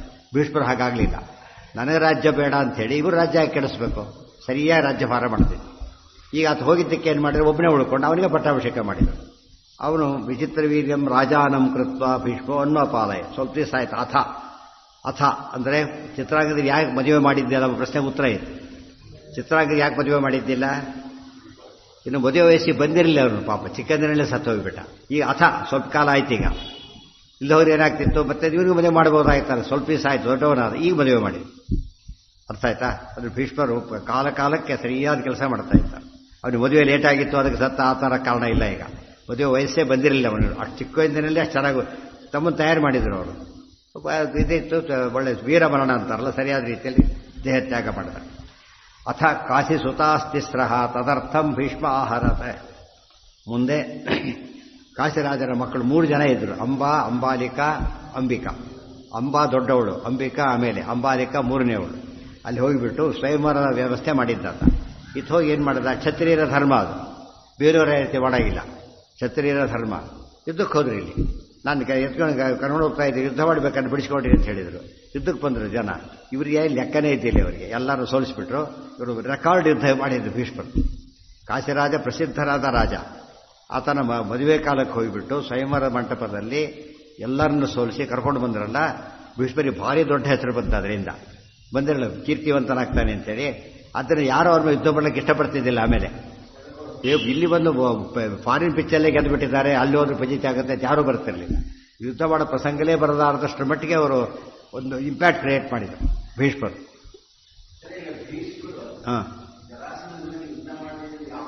ಯುದ್ಧ ಮಾಡಲೇ ಇಲ್ಲ ಅವರು. ಅಲ್ಲ ಯಾಕೆ ಅಂದರೆ ಇವರಾಗಿ ಹೋಗೋಕೆ ಇಷ್ಟಪಡಲಿಲ್ಲ. ಮತ್ತು ವರ ಎಲ್ಲ ಗೊತ್ತಿತ್ತು. ಅಲ್ಲ, ಇವರಿಗೆ ಗೊತ್ತಿತ್ತು ಅದೆಲ್ಲ. ಏನು ಗೊತ್ತಿತ್ತು? ಅವ್ನಿಗೆ ವರ ಇರೋದು ಗೊತ್ತಿತ್ತು, ತಮ್ಮ ಇನ್ವಿಟೇಷನ್ ಎಲ್ಲ ಗೊತ್ತಿತ್ತು. ಅವ್ರು ಹೋಗಲಿಲ್ಲ. ಅವನು ಯುದ್ಧಕ್ಕೆ ಬರಲಿಲ್ಲ. ಯಾಕೆ? ಇಲ್ಲ, ರಾಜನಲ್ಲ ಅವರು. ಅವರು ಕರಾರ ರಾಜರಾಗಿರ್ಬೇಕು. ಯುದ್ಧಕ್ಕೆ ಬರ ಏನಾಗಿರ್ಬೇಕು? ಒಂದು ವಾದ ಇದೆ, ವಿವಾಹಶ್ಚ ಸಮಯೋರೇವ ಶೋಭತೆ. ವಿವಾದಶ್ಚ ಸಮಯೋರೇವ ಶೋಭತೆ. ಅದರೆಲ್ಲ ಫಾಲೋ ಮಾಡ್ತಿದ್ದವನು. ಈಕ್ವಲ್ ಆಗಿರಬೇಕು. ಅವ್ರು ರಾಜನಲ್ಲ, ಯುದ್ಧ ಮಾಡೋದಿಲ್ಲ. ನಾನು ಇಷ್ಟು ಮಾಡಿ ಕೃಷ್ಣ ಮೇಲೆ ಯುದ್ಧಕ್ಕೆ ಹೋಗ್ತಾರೆ, ಬಿಡೋದಿಲ್ಲ. ಅದ್ರ ಅರ್ಥ ಅವರಿಗೆ ಒಳೊಳಗೆ ಗೊತ್ತಿದೆ. ಇದು ಕಿಂಗ್ ಅಲ್ಲ, ಕಿಂಗ್ ಮೇಕರ್ ಅಂತ ಗೊತ್ತಿತ್ತು. ಅದಕ್ಕೆ ಕೃಷ್ಣ ಮೇಲೆ ಮಾತ್ರ ಹೋಗಿದ್ದು, ಉಳಿದು ಯಾರ ಮೇಲೆ ಹೋಗ್ತಿದ್ದಿಲ್ಲ ಅವರು. ಅವ್ರು ಏನಾಗಿರ್ಬೇಕು? ಅವ್ರು ಫಸ್ಟು ರಾಜ ಆಗಿರಲೇಬೇಕು, ಇಲ್ಲದವ್ರು ಹೋಗಾಗಿಲ್ಲ. ಎಕ್ಸೆಪ್ಷನ್ ಅಲ್ಲ, ಅವನಿಗೆ ಗೊತ್ತಿತ್ತು ಕ್ರಿಸ್ತ ಏನು ಮಾಡ್ತಿದ್ದ, ಕಂಸನಿ ಪಟ್ಟಾಭಿಷೇಕ ಮಾಡಿದ್ನಲ್ಲ, ಕಿಂಗ್ ಮೇಕರ್ ಅದನ್ನಲ್ಲ, ಹಾಗಿದ್ರೆ ಯುದ್ಧ ಮಾಡಬಹುದು. ಅರ್ಥ ಆಯ್ತು ಈಗ, ಕಿಂಗ್ ಅಲ್ಲ ಕಿಂಗ್ ಮೇಕರ್, ಅದಕ್ಕೆ ಯುದ್ಧ ಮಾಡಬಹುದು. ಆದರೆ ಬರೀ ಜರಾಸಂಧನ ಕೊಂದ ಕೃಷ್ಣ ಏನು ಮಾಡ್ತಾನೆ, ಅವನಿಗೆ ಪಾಠ ಕಟ್ತಾನೆ. ಆದರೆ ಕಿಂಗು ಅಲ್ಲ ಕಿಂಗ್ ಮೇಕರು ಅಲ್ಲ, ಯುದ್ಧ ಪ್ರಶ್ನೆ ಬರಲಿಲ್ಲ. ಅವನ ಪ್ರಿನ್ಸಿಪಲ್ ಇಟ್ಕೊಂಡಿದ್ದ ಅವನು ಏನ ರಾಜನಾಗಿದ್ದ ಅವನು ಸತ್ತ ಮೇಲೆ ಅವನ ಮಗ ಸಹದೇವನ ಪಟ್ಟಾಭಿಷೇಕ ಮಾಡೋದು. ಹೀಗೆ ಕೃಷ್ಣ ಮಾಡೋದ್ರಿಂದ ಕೃಷ್ಣ ಮಾತು ಆಲೆ ಅವ್ರಿಗೆ ಕಿತಾಪತಿ ಮಾಡಿದ. ಕೊನೆಗೆ ಕೃಷ್ಣ ಭೀಮ ಅರ್ಜುನ ಬಂದಾಗ ಬ್ರಾಹ್ಮಣ ವೇಷದಲ್ಲಿ ಕೃಷ್ಣನ ಆರಿಸಿಕೊಳ್ಳಿಲ್ಲ, ಏನು ನಿರಾಜನ ಇಷ್ಟು ಕತೆಗಾಯ್ತಿದ್ದ. 18 ಸಲ ಹೋಗಿ ಸೋತು ಬಂದು ಅವನು ತ್ಯಾಗ ಬೇಡ ಅಂತ ಹೇಳಿದ. ಸುಳ್ಳು ಕಾರಣ ಇಲ್ಲಾಂದ್ರೆ ಗೊತ್ತಿರೋ ವಿಷಯ ಇದೆ ಅದು. ಕೃಷ್ಣ ಮೇಲೆ ಹೋಗಿದ್ದಕ್ಕೆ ಹೋಗ್ಲಪ್ಪ, ಎಲ್ಲರ ಮೇಲೆ ಹೋದ ಕೃಷ್ಣ ಇದ್ದ ಅಂತಲ್ಲ. ಕೃಷ್ಣ ಬಲರಾಮರ ಈ ಕಡೆ ಬಂದ್ಬಿಡ್ತಾನೆ, ಗೋಮಂತ ಪರ್ವತ ಅಡ್ಸ್ಕೊಂಡು ಬರ್ತಾನೆ. ಅಂದಮೇಲೆ ಏನಾಯ್ತು, ಗುರಿ ಏನಿತ್ತ ಒಂದೀಗ, ಕೃಷ್ಣ ಮೇಲೆ ಯುದ್ಧ ಮಾಡೋ ಗುರಿ ಇತ್ತ, ಇಲ್ಲ ದ್ವಾರಕ್ಕೆ ಹೋಗಿ ಅಲ್ಲಿಗೂ ಅಡ್ಸ್ಕೊಂಡು ಹೋಗ್ತಾನೆ. ಮತ್ತೆ ಅದಕ್ಕೆ ಕೃಷ್ಣ ಯುದ್ಧ ಮಾಡೋ ಗುರಿ ಇತ್ತು ಅವನಿಗೆ. ರಾಜ ಅಲ್ಲ ಅಂತ ತಿಳ್ಕೊಂಡಿದ್ರು ಮಾಡ್ತಿದ್ದ, ಬಿಕಾಸ್ ರಾಜಗಿಂತ ದೊಡ್ಡವನು ಅಂತೇಳಿ. ಆದ್ರೆ ಭೀಷ್ಮರ ಮೇಲೆ ಮಾತ್ರ ಯುದ್ಧಕ್ಕೆ ಬರಲಿಲ್ಲ ಅವನು. ಅದೆಲ್ಲ ಆಚಾರ ಬುದ್ಧಿ ಆಚಾರ್ಯ ಬರೀತಾರೆ ಇದೆಲ್ಲ ಕೂಡ. ರಾಜರೆಲ್ಲ ಯುದ್ಧ ಮಾಡೋದಿಲ್ಲ ಅಂತ ಬಿಟ್ಟಿದ್ದು. ಅಥವಾ ಅವರಾಗಿ ಬಂದರೆ ಯುದ್ಧ ಮಾಡ್ತೀವಿ, ಅವರಾಗಿ ಬಂದರೆ ಬೇರೆ ದಾರಿ ಇಲ್ಲ. ಅಟ್ಯಾಕ್ ಮಾಡಿದಾಗ ಅವಾಗೇನಾಯ್ತು, ಭೀಷ್ಮರು ಹೋಗಲಿಲ್ಲ ಅವರಾಗಿ. ಯಾಕೆಂದ್ರೆ ಗೊತ್ತಿತ್ತು ಅವರಿಗೆ, ಅವರು ವರಾಗಿರೆಲ್ಲ ಕೇಳಿದ್ದು. ಅವರೆಲ್ಲ ಜ್ಞಾನಿಗಳಾದ್ದರಿಂದ ಇಲ್ಲದ ಕೈ ಹಾಕಬಾರದು ಅಂತ ಹೋಗಲೇ ಇಲ್ಲ. ಅವರಿಬ್ಬರದ್ದು ಯುದ್ಧ ನಡೆಯಲೇ ಇಲ್ಲ ಕೊನೆಗೆ. ರಾಜ್ಯೇ ಚಿತ್ರಾಂಗದಂ ಅಂಬಾಂ ಅಪಿ ಅಂಬಿಕಾನಾಂ ನಿಂ ತಥೈವ ಅಂಬಾಲಿಕಾಂ ಪರಾಂ ಪಾಣಿಗ್ರಹಣ ಕಾಲೇತು ಬ್ರಹ್ಮದತ್ತಸ್ಯ ವೀರ್ಯವಾನ್. ಅಷ್ಟೊತ್ತಿಗೆ ಏನು ನಡೆದಿತ್ತು, ಬ್ರಹ್ಮದತ್ತ ವಿವಾಹ ಫಿಕ್ಸ್ ಆಗಿತ್ತಾಗಲೇ. ಅಂಬೆ ವ್ಯವಹಾರ ಫಿಕ್ಸ್ ಮಾಡಿಬಿಟ್ಟಿದ್ರು. ಅಂಬೇಕಾದಲ್ಲ, ಸ್ವಯಂವರ 3 ಜನಕ್ಕೂ ಇತ್ತು. ಈ ಅಂಬೆಗೆ ಮಾತ್ರ ಪ್ರಾಣಿಗ್ರಹಣ ಫಿಕ್ಸ್ ಆಗಿಬಿಟ್ಟಿತ್ತು. ಯಾರ ಜೊತೆಗೆ, ಸಾಲ್ವರಾಜ ಬ್ರಹ್ಮದತ್ತ ಅವನ ಹೆಸರು. ಅವನು ಬ್ರಹ್ಮದತ್ತನ ಜೊತೆ ನಿಶ್ಚಯ ಆಗಿತ್ತು, ವೀರ್ಯವಾನ್. ಆದ್ರೆ ಇವರೇನು ಮಾಡಿದ್ರು, ಕ್ಷತ್ರಿಯ ಧರ್ಮ ಇದೆ, ಅವರು ಸಪ್ತಪದಿ ಆದ್ಮೇಲೆ ಅಪಹರಣ ಮಾಡೋಂಗಿಲ್ಲ. ಯಾಕೆ, ಅದು ಪರಪತ್ನಿ ಆಗಿಬಿಡ್ತಾರೆ, ಪರಸ್ತ್ರೀ. ಅಲ್ಲಿವರೆಗೂ ಪರಸ್ತ್ರೀ ಅಲ್ಲ. ಪಾಣಿಗ್ರಹಣ ಬೇರೆ, ಸಪ್ತಪದಿ ಬೇರೆ. ಸಪ್ತಪದಿ ಎಂಬುದು ಏನದು, ವಿವಾಹದ ಕೊನೆಯ ಪ್ರೊಸೀಜರ್. ಅಲ್ಲಿ ಪೂರ್ತಿ ರಿಪೋರ್ಟ್ ಮಾಡಿಕೊಂಡೇ ಲೆಕ್ಕ, ಇನ್ನೇನು ಮಾಡಕ್ಕೆ ಬರೋದಿಲ್ಲ. ಈ ಮೊದಲಾದ್ರೆ ಮಾಡ್ಬೋದು. ಸತ್ಯವ್ರತ ಹಾಗೆ ಮಾಡಿರ್ತಾನೆ, ತ್ರಿಶಂಕು ಹೋದಾನ ಅವನೇನೆ. ಹರಿವಸ್ತರ ಕಥೆ ಬರುತ್ತೆ, ಕರ್ಕೊಂಡು ಹೋಗ್ಬಿಡ್ತಾರೆ. ಅದು ಅಲ್ಲಿ ಆತ ಬೇರೆ ತಪ್ಪಾಯ್ತು. ಇಲ್ಲಿ ಹಾಗಾಗಲಿಲ್ಲ, ಕರ್ಕೊಂಡು ಬಂದರೂ ತಪ್ಪಾಗಲಿಲ್ಲ. ಪಾಣಿಗ್ರಹಣ ಕಾಲೇತು ಬ್ರಹ್ಮದತ್ತಸ್ಯ ವೀರ್ಯವಾನ್ ವಿಜಿತ್ಯತಂ ಸಾಲ್ವರಾಜಂ ಸಮೇತಾನ್ ಕ್ಷತ್ರಿಯಾನಪಿ ಅಂಬಿಕಾ ಅಂಬಾಲಿಕೆ ತತ್ರ ಸಂವಾದಂ ಚಕ್ರತಃಶುಭೇ. ವಿಜಿತ್ಯ ತಂ ಸಾಲ್ವರಾಜಂ ಸಮೇತಾನ್ ಕ್ಷತ್ರಿಯಾನ್ ಅಪಿ ಅಂಬಿಕಾ ಅಂಬಾಲಿಕೆ ತತ್ರ ಸಂವಾದಂ ಚಕ್ರತಃ ಶುಭೇ. ತಂ ಸಾಲ್ವರಾಜಂ ವಿಜಿತ್ಯ, ಸಾಲ್ವರಾಜನನ್ನು ಗೆದ್ರು. ಸಮೇತಾನ್ ಕ್ಷತ್ರಿಯಾನಪಿ ವಿಜಿತ್ಯ, ಎಲ್ಲ ಒಟ್ಟಾಗಿ ಕ್ಷತ್ರಿಯರೆಲ್ಲ ಬಂದರು, ಅವನ್ನೆಲ್ಲ ಗೆದ್ರು ಭೀಷ್ಮರು. ಅಂಬಿಕಾ ಅಂಬಾಲಿಕೆ ತತ್ರ ಕರ್ಕೊಂಡು ವಾಪಸ್ ಬಂದು ಇಲ್ಲಿ ಹಸ್ತಿನಾಪುರಕ್ಕೆ ಬಂದರು. 3 ಜನಗಳು ಕರ್ಕೊಂಡು ಬಂದರು. ಆಗ ಅಂಬಿಕಾ ಅಂಬಾಲಿಕೆ, ಅಂಬಿಕಾಚ ಅಂಬಾಲಿಕಾಚ ಎರಡು ಸೇರಿ ಏನಾಯಿತು, ದ್ವಿವಚನಾಗಿ ಅಂಬಿಕಾಂಬಾಲಿಕೆ ಅಂತಾಯಿತು. ತತ್ರ ಸಂವಾದಂ ಚಕ್ರತಃ ಶುಭೆ, ಒಪ್ಕೊಂಡ್ಬಿಟ್ರು. ಆಯ್ತು ಮದುವೆ ಒಪ್ಕೋತೀವಿ ಅಂತ ಒಪ್ಕೊಂಡ್ರು. ಆದರೆ ಶುಭೆ ಅಂತ ಕರೆದ್ರು. ಶುಭೆ ಅಂದ್ರೇನು, ಒಳ್ಳೆಯವರು ಅಂತಾರೆ. ಅಂಬೆ ಕೆಟ್ಟವಳೇನಲ್ಲ, ನಿಜವಾಗ್ಲೂ ಯಾರು ಯಾಕೆ ದೇವತೆಯೇ ವರಾಂಗಿ ಹಾಕಿ. ಯಾಕೆ ಶುಭೆ ಅಂತ ಕರೀಲಿಲ್ಲ ಅಂದರೆ ಅವ್ರಿಗೆ ಶಾಪಗಪ ಇರಲಿಲ್ಲ, ಶಾಪ ಇತ್ತು. ಈ ಮಟ್ಟಿಗೆ ಶುಭಾಂಗಿ. ಅರ್ಥ ಆಯ್ತಾ. 3 ಜನರು ಯೋಗ್ಯರೇ, ಯಾರು ದುಷ್ಟರಿಲ್ಲ ಅದರಲ್ಲಿ. ಆದರೆ ಸ್ವರೂಪತಃ ದುಷ್ಟರಿಲ್ಲ. ಆದರೆ ಇಲ್ಲಿ ಮಾತ್ರ ಇವಳಿಗೆ ಏನಾಯ್ತು, ಶಾಪ ಇತ್ತಾದ್ರಿಂದ ಒಪ್ಪಲಿಲ್ಲ ಅಂತ. ಶುಭೆ ಶಬ್ದಕ್ಕೆ ಮುಕ್ತಿ ಅಯೋಗ್ಯಗಳು ಅಂತ ಅರ್ಥ ಇಲ್ಲ, ಇಲ್ಲಿ ಶಾಪ ಇದ್ದವಳು. ದೊಡ್ಡ ಆಚಾರ್ಯ ಸೂತಕ ಇದೆಯಲ್ಲ, ಏನಂತಾರೆ, ಅವ್ರು ಮುಟ್ಟಬೇಡಿ ಅಂತಾರಲ್ಲ ಹಾಗೆ.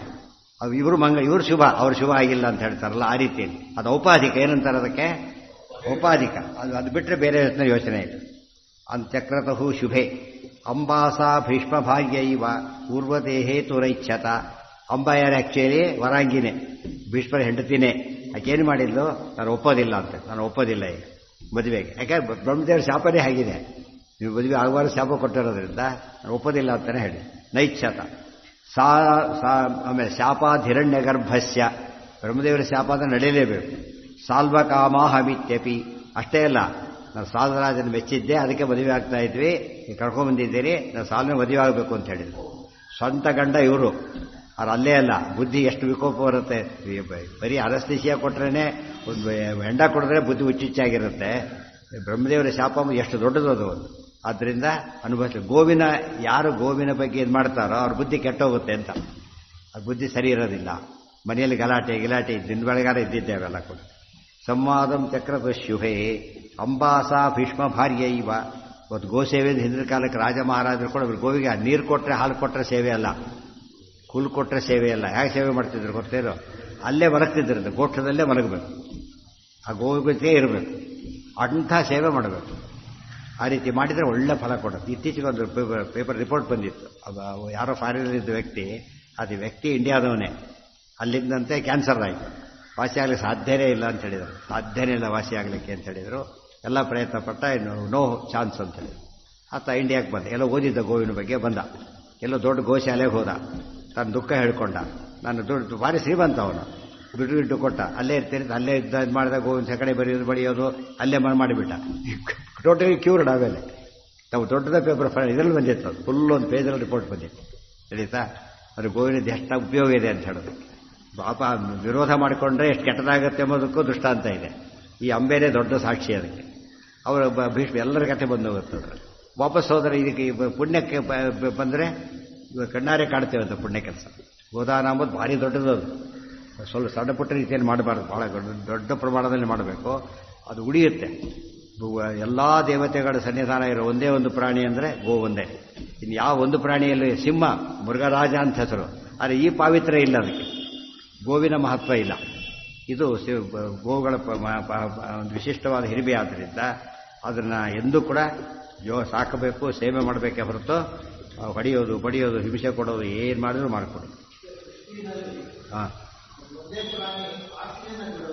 ಏನು ಬಿಡುತ್ತೆ?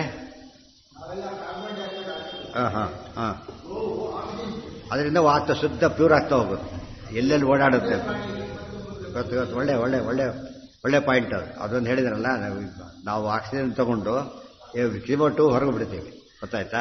ಅದು ಹಾಗಲ್ಲ, ಆಕ್ಸಿಜನ್ನೇ ಹೊರಗೆ ಬಿಡುತ್ತೆ ಅಂತ ಹೇಳ್ತಾರೆ. ಅದಕ್ಕೆ ಓಡಾಡಿದ ತುಳಸಿ ಹಾಗೇನೆ.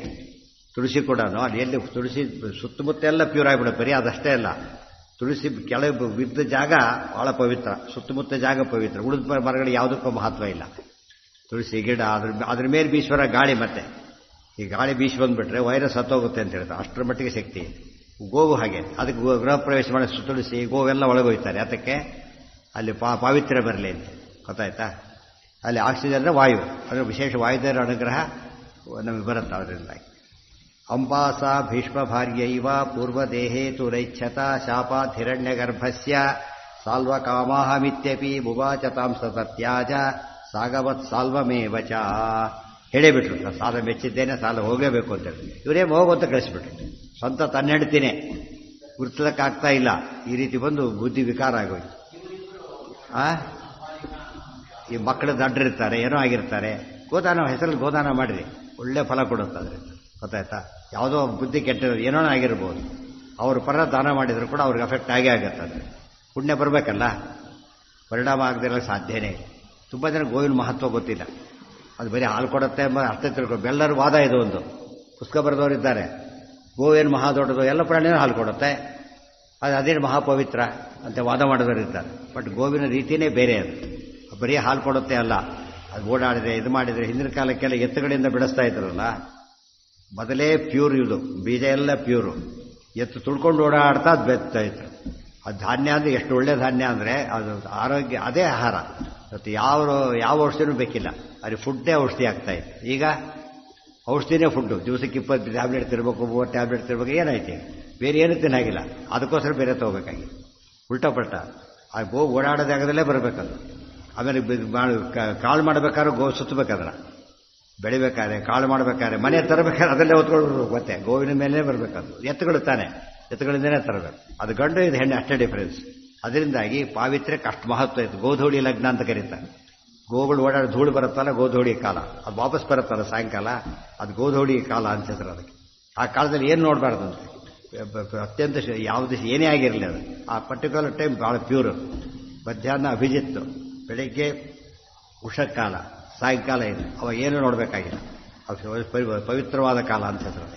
ಅದೆಲ್ಲ ಅರ್ಥ ಮಾಡಿಕೊಂಡ್ರೆ ಗೋವುಗಳಿಂದ ವಿರೋಧ ಮಾಡಿದ್ದಕ್ಕೆ ಏನೇನಾಯಿತು ನೋಡ್ಕೊಂಡು. ಅದೇನು ಈ ರೀತಿ ವಿರೋಧ ಅಲ್ಲ, ಹೊಡೆಯಬೇಡ ಅಂತ ವಿರೋಧ ಅಲ್ಲ. ಯಾವುದೋ ಡೈರೆಕ್ಟ್ ಮಾಡಿದ್ದಲ್ಲ, ಅದ್ರ ಫಲಿತಾಂಶ ಅನುಭವಿಸಬೇಕಾಗಿ. ಮತ್ತೆ ಇವರೇನು ಸಾಮಾನ್ಯರಲ್ಲ, ದೇವತೆಗಳಿಗೂ ಬಿಡಲಿಲ್ಲ ಶಿಕ್ಷೆ. ಏನೋ ಹೇಳಿಲ್ಲ, ಅದೇ ಹೇಳಿದ್ರು, ಸಂವಾದಂ ಚಕ್ರತ ಶುಭೆ ಒಪ್ಕೊಂಡ್ಬಿಟ್ರು ಅವರು. ಆಗಲಿ ಅಂತ ಹೇಳಿದ್ರು. ಯಾಕೆ ಕ್ಷತ್ರಿಯ ಧರ್ಮ ಇದ್ದಿದ್ದೆ ಹಾಗೆ, ಕ್ಷತ್ರಿಯ ಧರ್ಮಕ್ಕೆ ತಕ್ಕಂತೆ ನಡ್ಕೊಂಡ್ಬಿಟ್ರು, ಏನು ತಪ್ಪಿಲ್ಲ. ಇವಳು ನಡ್ಕೋತಾ ಇದ್ಲು, ಆ ಬುದ್ಧಿ ಎಫೆಕ್ಟ್ ಆಗಿದ್ದಕ್ಕೆ ಹಾಗಾಗಿ. ತೇನಾಪಿ ಸಂಪರಿತ್ಯಕ್ತ ಪರಾಮೃಷ್ಟೇತಿ ಸಾ ಪುನಃ ಭೀಷ್ಮಮಾಪಸನೋ ಗೃಹ್ಣಾತ್ ಪ್ರೇಯೌ ಸ್ವಾಪಿ ಭಾರ್ಗವಂ ಭ್ರಾತುರ್ವಿವಾಹಯಾಮಾಸ ಸೋಂಬಿಕಾ ಅಂಬಾಲಿಕೆ ತತಃ. ತೇನ ಅಪಿ ಸಾ ಸಂಪರಿತ್ಯಕ್ತ. ಆಗ ಸಾಲ್ವರಾದ್ರು ಅವರು ರಿಜೆಕ್ಟ್ ಮಾಡಿಬಿಟ್ಟ. ನಾವು ಸ್ವೀಕಾರ ಮಾಡೋದಿಲ್ಲ, ಯಾಕೆ ನೀನು ಎಂಥವಳು ಪರಾಮೃಷ್ಟ. ಇನ್ನೊಬ್ಬರು ಎತ್ಕೊಂಡು ಹೋದ, ನೀನು ಮೈಲಿಗೆ ಇದ್ದಾಗ ಬೇಕಾರ್ ಮಾಡೋಣ ಅಂತ ಹೇಳ್ಬಿಟ್ಟ. ನೋಡೋದಕ್ಕೆ ಭಾರಿ ಪ್ರಿನ್ಸಿಪಾಲ್ ಕಂಡ ಕಾಣಿಸ್ತಾನೆ, ತಪ್ಪದು. ಆ್ಯಕ್ಚುಲಿ ಅವನೇ ಇದ್ದಾನೆ ಪಾಡಿಗ್ರಹಣ ಕಾಲಕ್ಕೆ, ಬಿಡಿಸ್ಕೊಳ್ಳೋಕ್ಕಾಗಿಲ್ಲ ಅವರಿಗೆ. ಅಂದ್ರೆ ಯಾರು ತಪ್ಪಿದ? ಆ ಕೈಲಾಗದವನು ಪರಾಮೃಷ್ಟ ಅಂತ ಯಾವಾಗ ಅನ್ಬೇಕು? ಇನ್ನಿಸ್ ಆಬ್ಸೆನ್ಸ್ ನಡೆದ್ರೆ ಹೇಳಬೇಕಾಗಿತ್ತು. ನೆಪ ಅಷ್ಟೇ. ಅವ್ರಿಗೇನೇ ಆಗಿತ್ತು, ಭಯ ಹುಟ್ಟಿತು ಅವ್ರಿಗೆ. ಬುದ್ಧಿಯರಿಗೆ ಏನಾದ್ರೂ ಸ್ವರೂಪದಲ್ಲಿ ಅವನು ಅಯೋಗ್ಯ, ಈ ಥರ ಬರ್ಲಿಕ್ಕೆ ಸಾಧ್ಯ ಇರಲಿಲ್ಲ ಅವನಿಗೆ. ಬಂದಿತ್ತು, ಅದು ಬುದ್ಧಿ ಕೆಟ್ಟೋಯ್ತು. ಅದು ಬಂದು ಅವನಿಗೆ ಸ್ವೀಕಾರ ಮಾಡೋ ಬುದ್ಧಿ ಬಂದಿದ್ರೆ ಇವಳು ಪಾವಿತ್ರ್ಯ ಧಕ್ಕೆ ಬರ್ತಿತ್ತು ಪಾಪ. ಅಲ್ಲೇನು ಅದು ಬರದಂತೆ ಆಯ್ತು. ಅವನ ಬುದ್ಧಿ ಕೆಟ್ಟು ಒಂಥರ ಭಯ ಹುಟ್ಟಿತು ಅವನಿಗೆ. ಏನೋ ಕಾರಣ ಹೇಳಿ ಎಸ್ಕೇಪ್ ಆಗಿಬಿಟ್ಟು ಅಷ್ಟೇ. ಬಂದರೆ ಇಂಥ ಮಾತುಗಳಿಗೆ ನೋಡೋದಕ್ಕೆ ಅನಿಸುತ್ತೆ. ಇವರೆಲ್ಲ ಆದ್ರೆ ಪುಸ್ತಕ ಬರೆಯೋದು ಹೇಗೆ ಅಂತ ಕೇಳಿದ್ರೆ, ಇವರೆಲ್ಲ ಎಷ್ಟು ಪ್ರಿನ್ಸಿಪಲ್ಡ್ ಆಗಿದ್ದ. ಇವರೆಲ್ಲ ವಿಲನ್ಗಳನ್ನೆಲ್ಲ ಹೀರೋ ಮಾಡಕ್ಕೆ ಟ್ರೈ ಮಾಡ್ತಾರೆ. ಇವರು ರಾಮದೇವರನ್ನ ವಿಲನ್ ಮಾಡಕ್ಕೆ ಟ್ರೈ ಮಾಡ್ತಾರೆ ಅಂತ ಜನ ಇವರು. ಕಲಿಯುಗ ಅಂದ್ರೆ ಹಾಗೇನೆ, ದೈವಿ ವಿರೋಧಿ ಅಂದ್ರೆ ಏನು, ದೇವರೇ ಇಲ್ಲ ಅಂಬೋದು, ದೇವರು ಅಂತ ಯಾರು ಅವ್ರನ್ನ ಅಲ್ಲಗಡಿಯೋದು, ಇದೆಲ್ಲ ಮಾಡ್ತಾರೆ. ಇದನ್ನು ನೋಡಿ ಎಂಥ ದೊಡ್ಡ ಮನುಷ್ಯ ಅವನು, ಪರಾಮೃಷ್ಟ ಅಂತ ಹೇಳಿಬಿಟ್ರಲ್ಲ ಅಂತ ಹೇಳಿದ್ರೆ, ಅವ್ರ ಕೈಲಿ ಅಲ್ಲೇ ಇದ್ದ ಅವನು, ಬಿಡಿಸ್ಕೊಳ್ಳೋಕ್ಕಾಗಿಲ್ಲ, ಅದನ್ನು ಬಿಟ್ಟುಬಿಡ್ತಾರೆ. ಡೇಟಾ ನೀನು ಕತೆ ಕಾಯ್ದು ಯಾಕೆ ಬಿಡಿಸ್ಕೊಳ್ಳೋಕ್ಕಾಗಿಲ್ಲ ಅಂತ ಉತ್ತರ ಇಲ್ಲ ಅದಕ್ಕೆ. ಪರಾಮೃಷ್ಟ ಅಂದ್ರೆ ಏನರ್ಥ? ಅಲ್ಲೇ ಇದ್ದಾಳೆ, ಆ ಹಲ್ಲೆಗೆ ಅಜ್ಞಾನದಿಂದ ಇದಾಯಿತು, ಪಾವಿತ್ರ್ಯ ಬಂದೋಯ್ತು. ಮತ್ತೆ ಆಕೆ ಗೊತ್ತಿಲ್ಲ, ಗೊತ್ತಾಯ್ತಾ?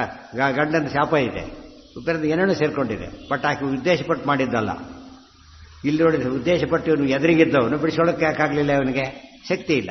ಶಕ್ತಿ ಇಲ್ಲ ಅಂದ್ರೆ ಅಯೋಗ್ಯ ಅಂತಾನೆ ಅರ್ಥ. ಶಕ್ತಿ ಇಲ್ಲಿ ಒಪ್ಕೊಳ್ಬೇಕಾಗಿತ್ತು, ನ್ಯಾಯವಾಗಿ ಬಿಟ್ಟ. ಸುಳ್ಳು ಕಾರಣ ಬೇಡ ಹೇಳಿದ, ಎರಡೆರಡು ಪಾಪ ಬಂತ ಅವನಿಗೆ.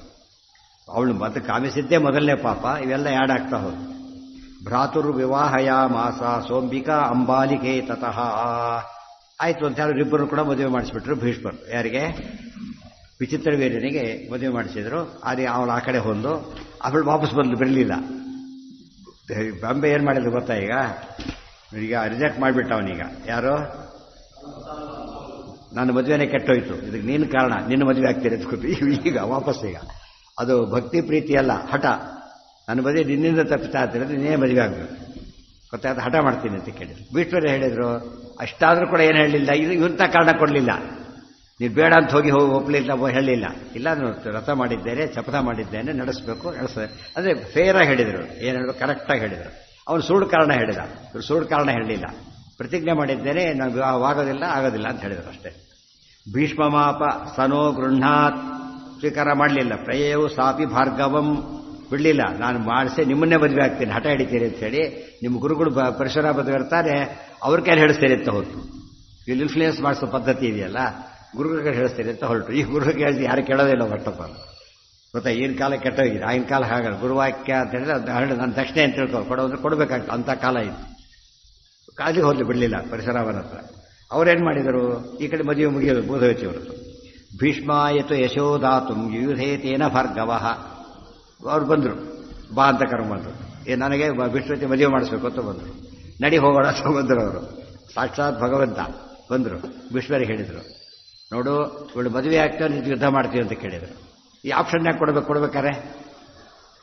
ಆಪ್ಷನ್ ಕೊಟ್ಟರೆ ಏನು ಮಾಡ್ತಾರೆ? ರಥದಲ್ಲಿ ಯಾರೋ ಅಡಿಗೆರು ರಥ ಮಾಡೋದಿಲ್ಲ, ಶುರು ಮಾಡಿಬಿಡ್ತಾರೆ ಆಗಲೇ. ಇದು ಮಾಡಿದ್ದೇ ಇದು ತಿರ್ಕೊಂಡು ಹೋದ್ರೆ ಮಾಡೇ ಮಾಡ್ತಾರೆ. ಅಲ್ಲೇನು ಆಪ್ಷನ್ ಕೊಡ್ತಾರಲ್ಲ, ನ್ಯಾಚುರಲಿ ಜನ ಯಾವ್ದು ಆರಿಸ್ಕೋತಾನೆ? ಇದನ್ನ ಆರಿಸ್ಕೋತಾನೆ. ಇದು ಯುದ್ಧ ಮಾಡ್ತೀವಿ, ಇದು ಮಾಡ್ತೀವಿ ಅಂತ. ಭೀಷ್ಮರು ಆ ಥರ ಅವಕಾಶವಾದಿಗಳಲ್ಲ. ಶಾಪ ಇತ್ತು, ಆದ್ದರಿಂದ ಅವರಿಗೆ ಭಾವನೆ ಬರಲಿಲ್ಲ. ಆ ಶಾಪ ಉಳಿಸ್ಬೇಕು ಅಂತಾನೆ ಹಾಗೆ ಕೇಳಿದರು.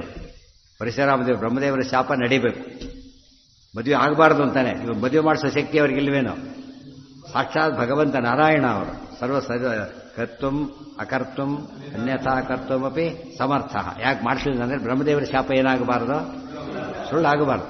ಬ್ರಹ್ಮದೇವರು ಅತ್ಯಂತ ಪ್ರಿಯರು, ಪ್ರಿಯರ ಮಾತನ್ನು ನಡೆಸಲೇಬೇಕು. ಅಂಬೇನೂ ಪ್ರಿಯರು, ಬ್ರಹ್ಮದೇವರು ಪ್ರಿಯರು. ಯಾರು ಹೆಚ್ಚು ಪ್ರಿಯರು? ಬ್ರಹ್ಮದೇವರಷ್ಟು ಪ್ರಿಯರೇ ಜೀವಕೋಟಿಲಿಲ್ಲ.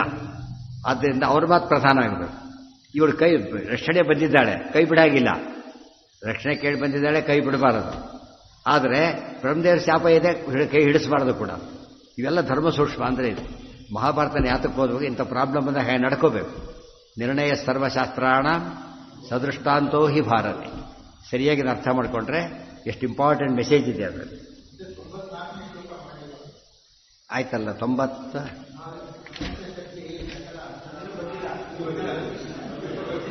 ಇನ್ನೂ ಬಂದಿಲ್ಲ, ಇನ್ನು ಮುಂದೆ ಹೋಗಿಲ್ಲ. ನಾವಿನ್ನು ಹಿಂದಿದ್ದೇವಿನ್ನು. ಭೀಷ್ಮಾಯತು ಯಶೋ ದಾತುಂ ಯುಯುಧೇ ತೇನ ಭಾರ್ಗವ. ಆಮೇಲೆ ಏನು ಮಾಡಿದರು, ಅವರೇನು ಮಾಡಿದರು, ಇಲ್ಲ ನನ್ನ ವ್ರತ ಇದೆ ನಾನು ಮಾಡೋದಿಲ್ಲ. ಇಲ್ಲಿ ಭೀಷ್ಮರು ಯೋಚನೆ ಮಾಡಬೇಕಾಗಿತ್ತು. ಇಲ್ಲಿ ಭೀಷ್ಮರಿ ಚಾಲೆಂಜ್ ಇದೆ. ಏನು ಚಾಲೆಂಜು? ಒಂದು ಕಡೆಗೆ ಪ್ರತಿಜ್ಞೆ, ಒಂದು ಕಡೆಗೆ ಇದು. ಏನು ಮಾಡಬೇಕಾಗಿತ್ತು ಅವರೀಗ? ಏನು ಮಾಡಬೇಕಾಗಿತ್ತು? ಯಾವ ದೇವರೇ ಹೇಳಿದ್ಮೇಲೆ ಯಾವುದು ಸುಪ್ರೀಂ ಕೋರ್ಟ್ ಆರ್ಡರ್ ಈಗ ಏನಾಗುತ್ತೆ ಅಲ್ಲಿಗೆ? ಕೆಳಗಿನ ಕೋರ್ಟ್ ಎಲ್ಲದೂ ಹೊರಟೋಗ್ಬಿಡುತ್ತಾರೆ. ಎಲ್ಲೇ ಮೊದಲಿಂದ ಏನು ಗೆದ್ಕೊತೋ ಬಂದಿದ್ದ ಒಂದ್ಸರಿ ಸೋತ್ರ ಕತೆ ಮುಗಿದು. ಸುಪ್ರೀಂ ಕೋರ್ಟ್ ಸರಿ ಸರ್ವೋತ್ತಮ. ಇವ್ರ ಮಾತಿನಿಂದ ಯಾವ ವ್ರತ ಉಪವಾಸ ಏನೇನೂ ಇಲ್ಲ. ನಮ್ಮಲ್ಲಿ ಕೆಲವು ಪದ್ಧತಿ ಇದೆ. ಇಲ್ಲಿ ಗಯಾಕ್ಕೆ ಹೋಗಿ ಏನೋ ಬಿಟ್ಟು ಬಂದುಬಿಟ್ಟಿರ್ತಾರೆ. ಅದು ಬಿಡಬಾರ್ದೇ ಬಿಟ್ಟು ಸಾಮಾನ್ಯವಾಗಿ ಅವರು ಎಲ್ಲೆಲ್ಲೂ ಮಾಡೋ ಅಂಥದ್ದೇ ಬಿಟ್ಟು ಬಂದಿರ್ತಾರೆ. ತಿಳಿತಾ?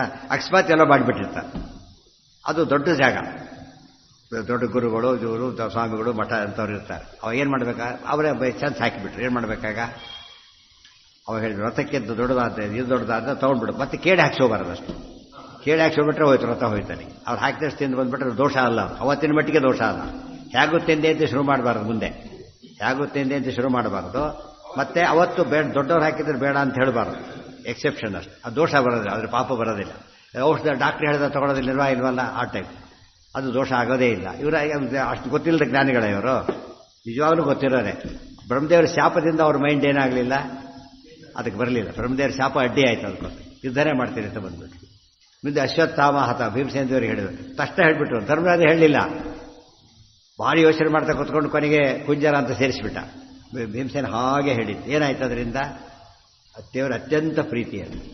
ಅರ್ಥ ಆಯ್ತಾ ಈಗ? ಇಲ್ಲಿ ಜನ ಸೋತು ಬಿಡ್ತಾರೆ. ತುಂಬ ಜನಗಳೆಲ್ಲ ಮೆಕ್ಯಾನಿಕಲಿ ನಡ್ಕೊಂಡ್ಬಿಟ್ಟು ಏನಾಗ್ತಾರೆ, ಮುಖ್ಯ ಧರ್ಮ ಬಿಟ್ಬಿಡ್ತಾರೆ. ಒಂದು ಧರ್ಮ ಪಾಲನೆ ಆಯಿತು, ಇನ್ನೊಂದು ಧರ್ಮ ಹೋಗುತ್ತೆ ಅಲ್ಲಿಗೆ, ಮಾಡಬಾರ್ದಾಗಿ.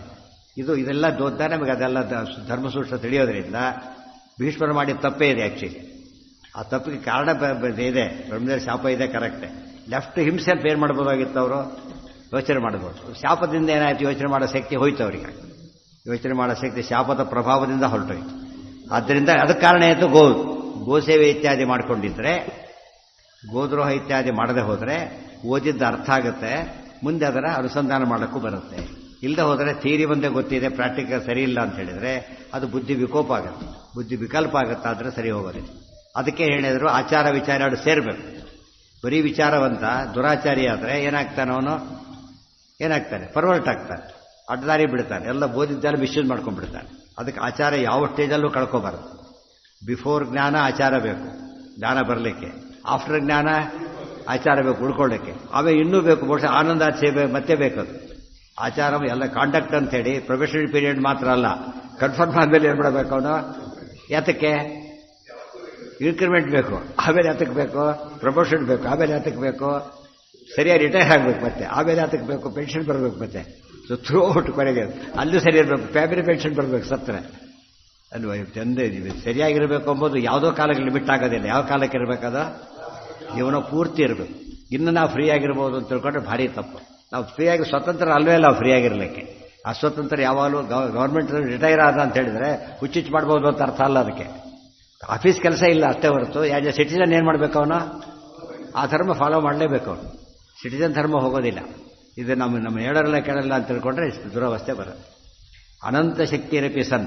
ಈಗ ಯುದ್ಧ ನಡೀತು, ನಮಗೆ ಕೆಲವೆಲ್ಲ ವಿಷಯ ಶುರುವಾಯಿತು. ಈಗ ಪರಶುರಾಮದೇವರ ಶಕ್ತಿ ಇರಲಿಲ್ವಾ ಅಂತ ಕೇಳಿದರೆ ಒಂದು ಪ್ರಶ್ನೆ. ಈಗ ಒಂದು ಜೋರಾಗಿ ಹೇಳಬಾರ್ದಾಗಿತ್ತೆ.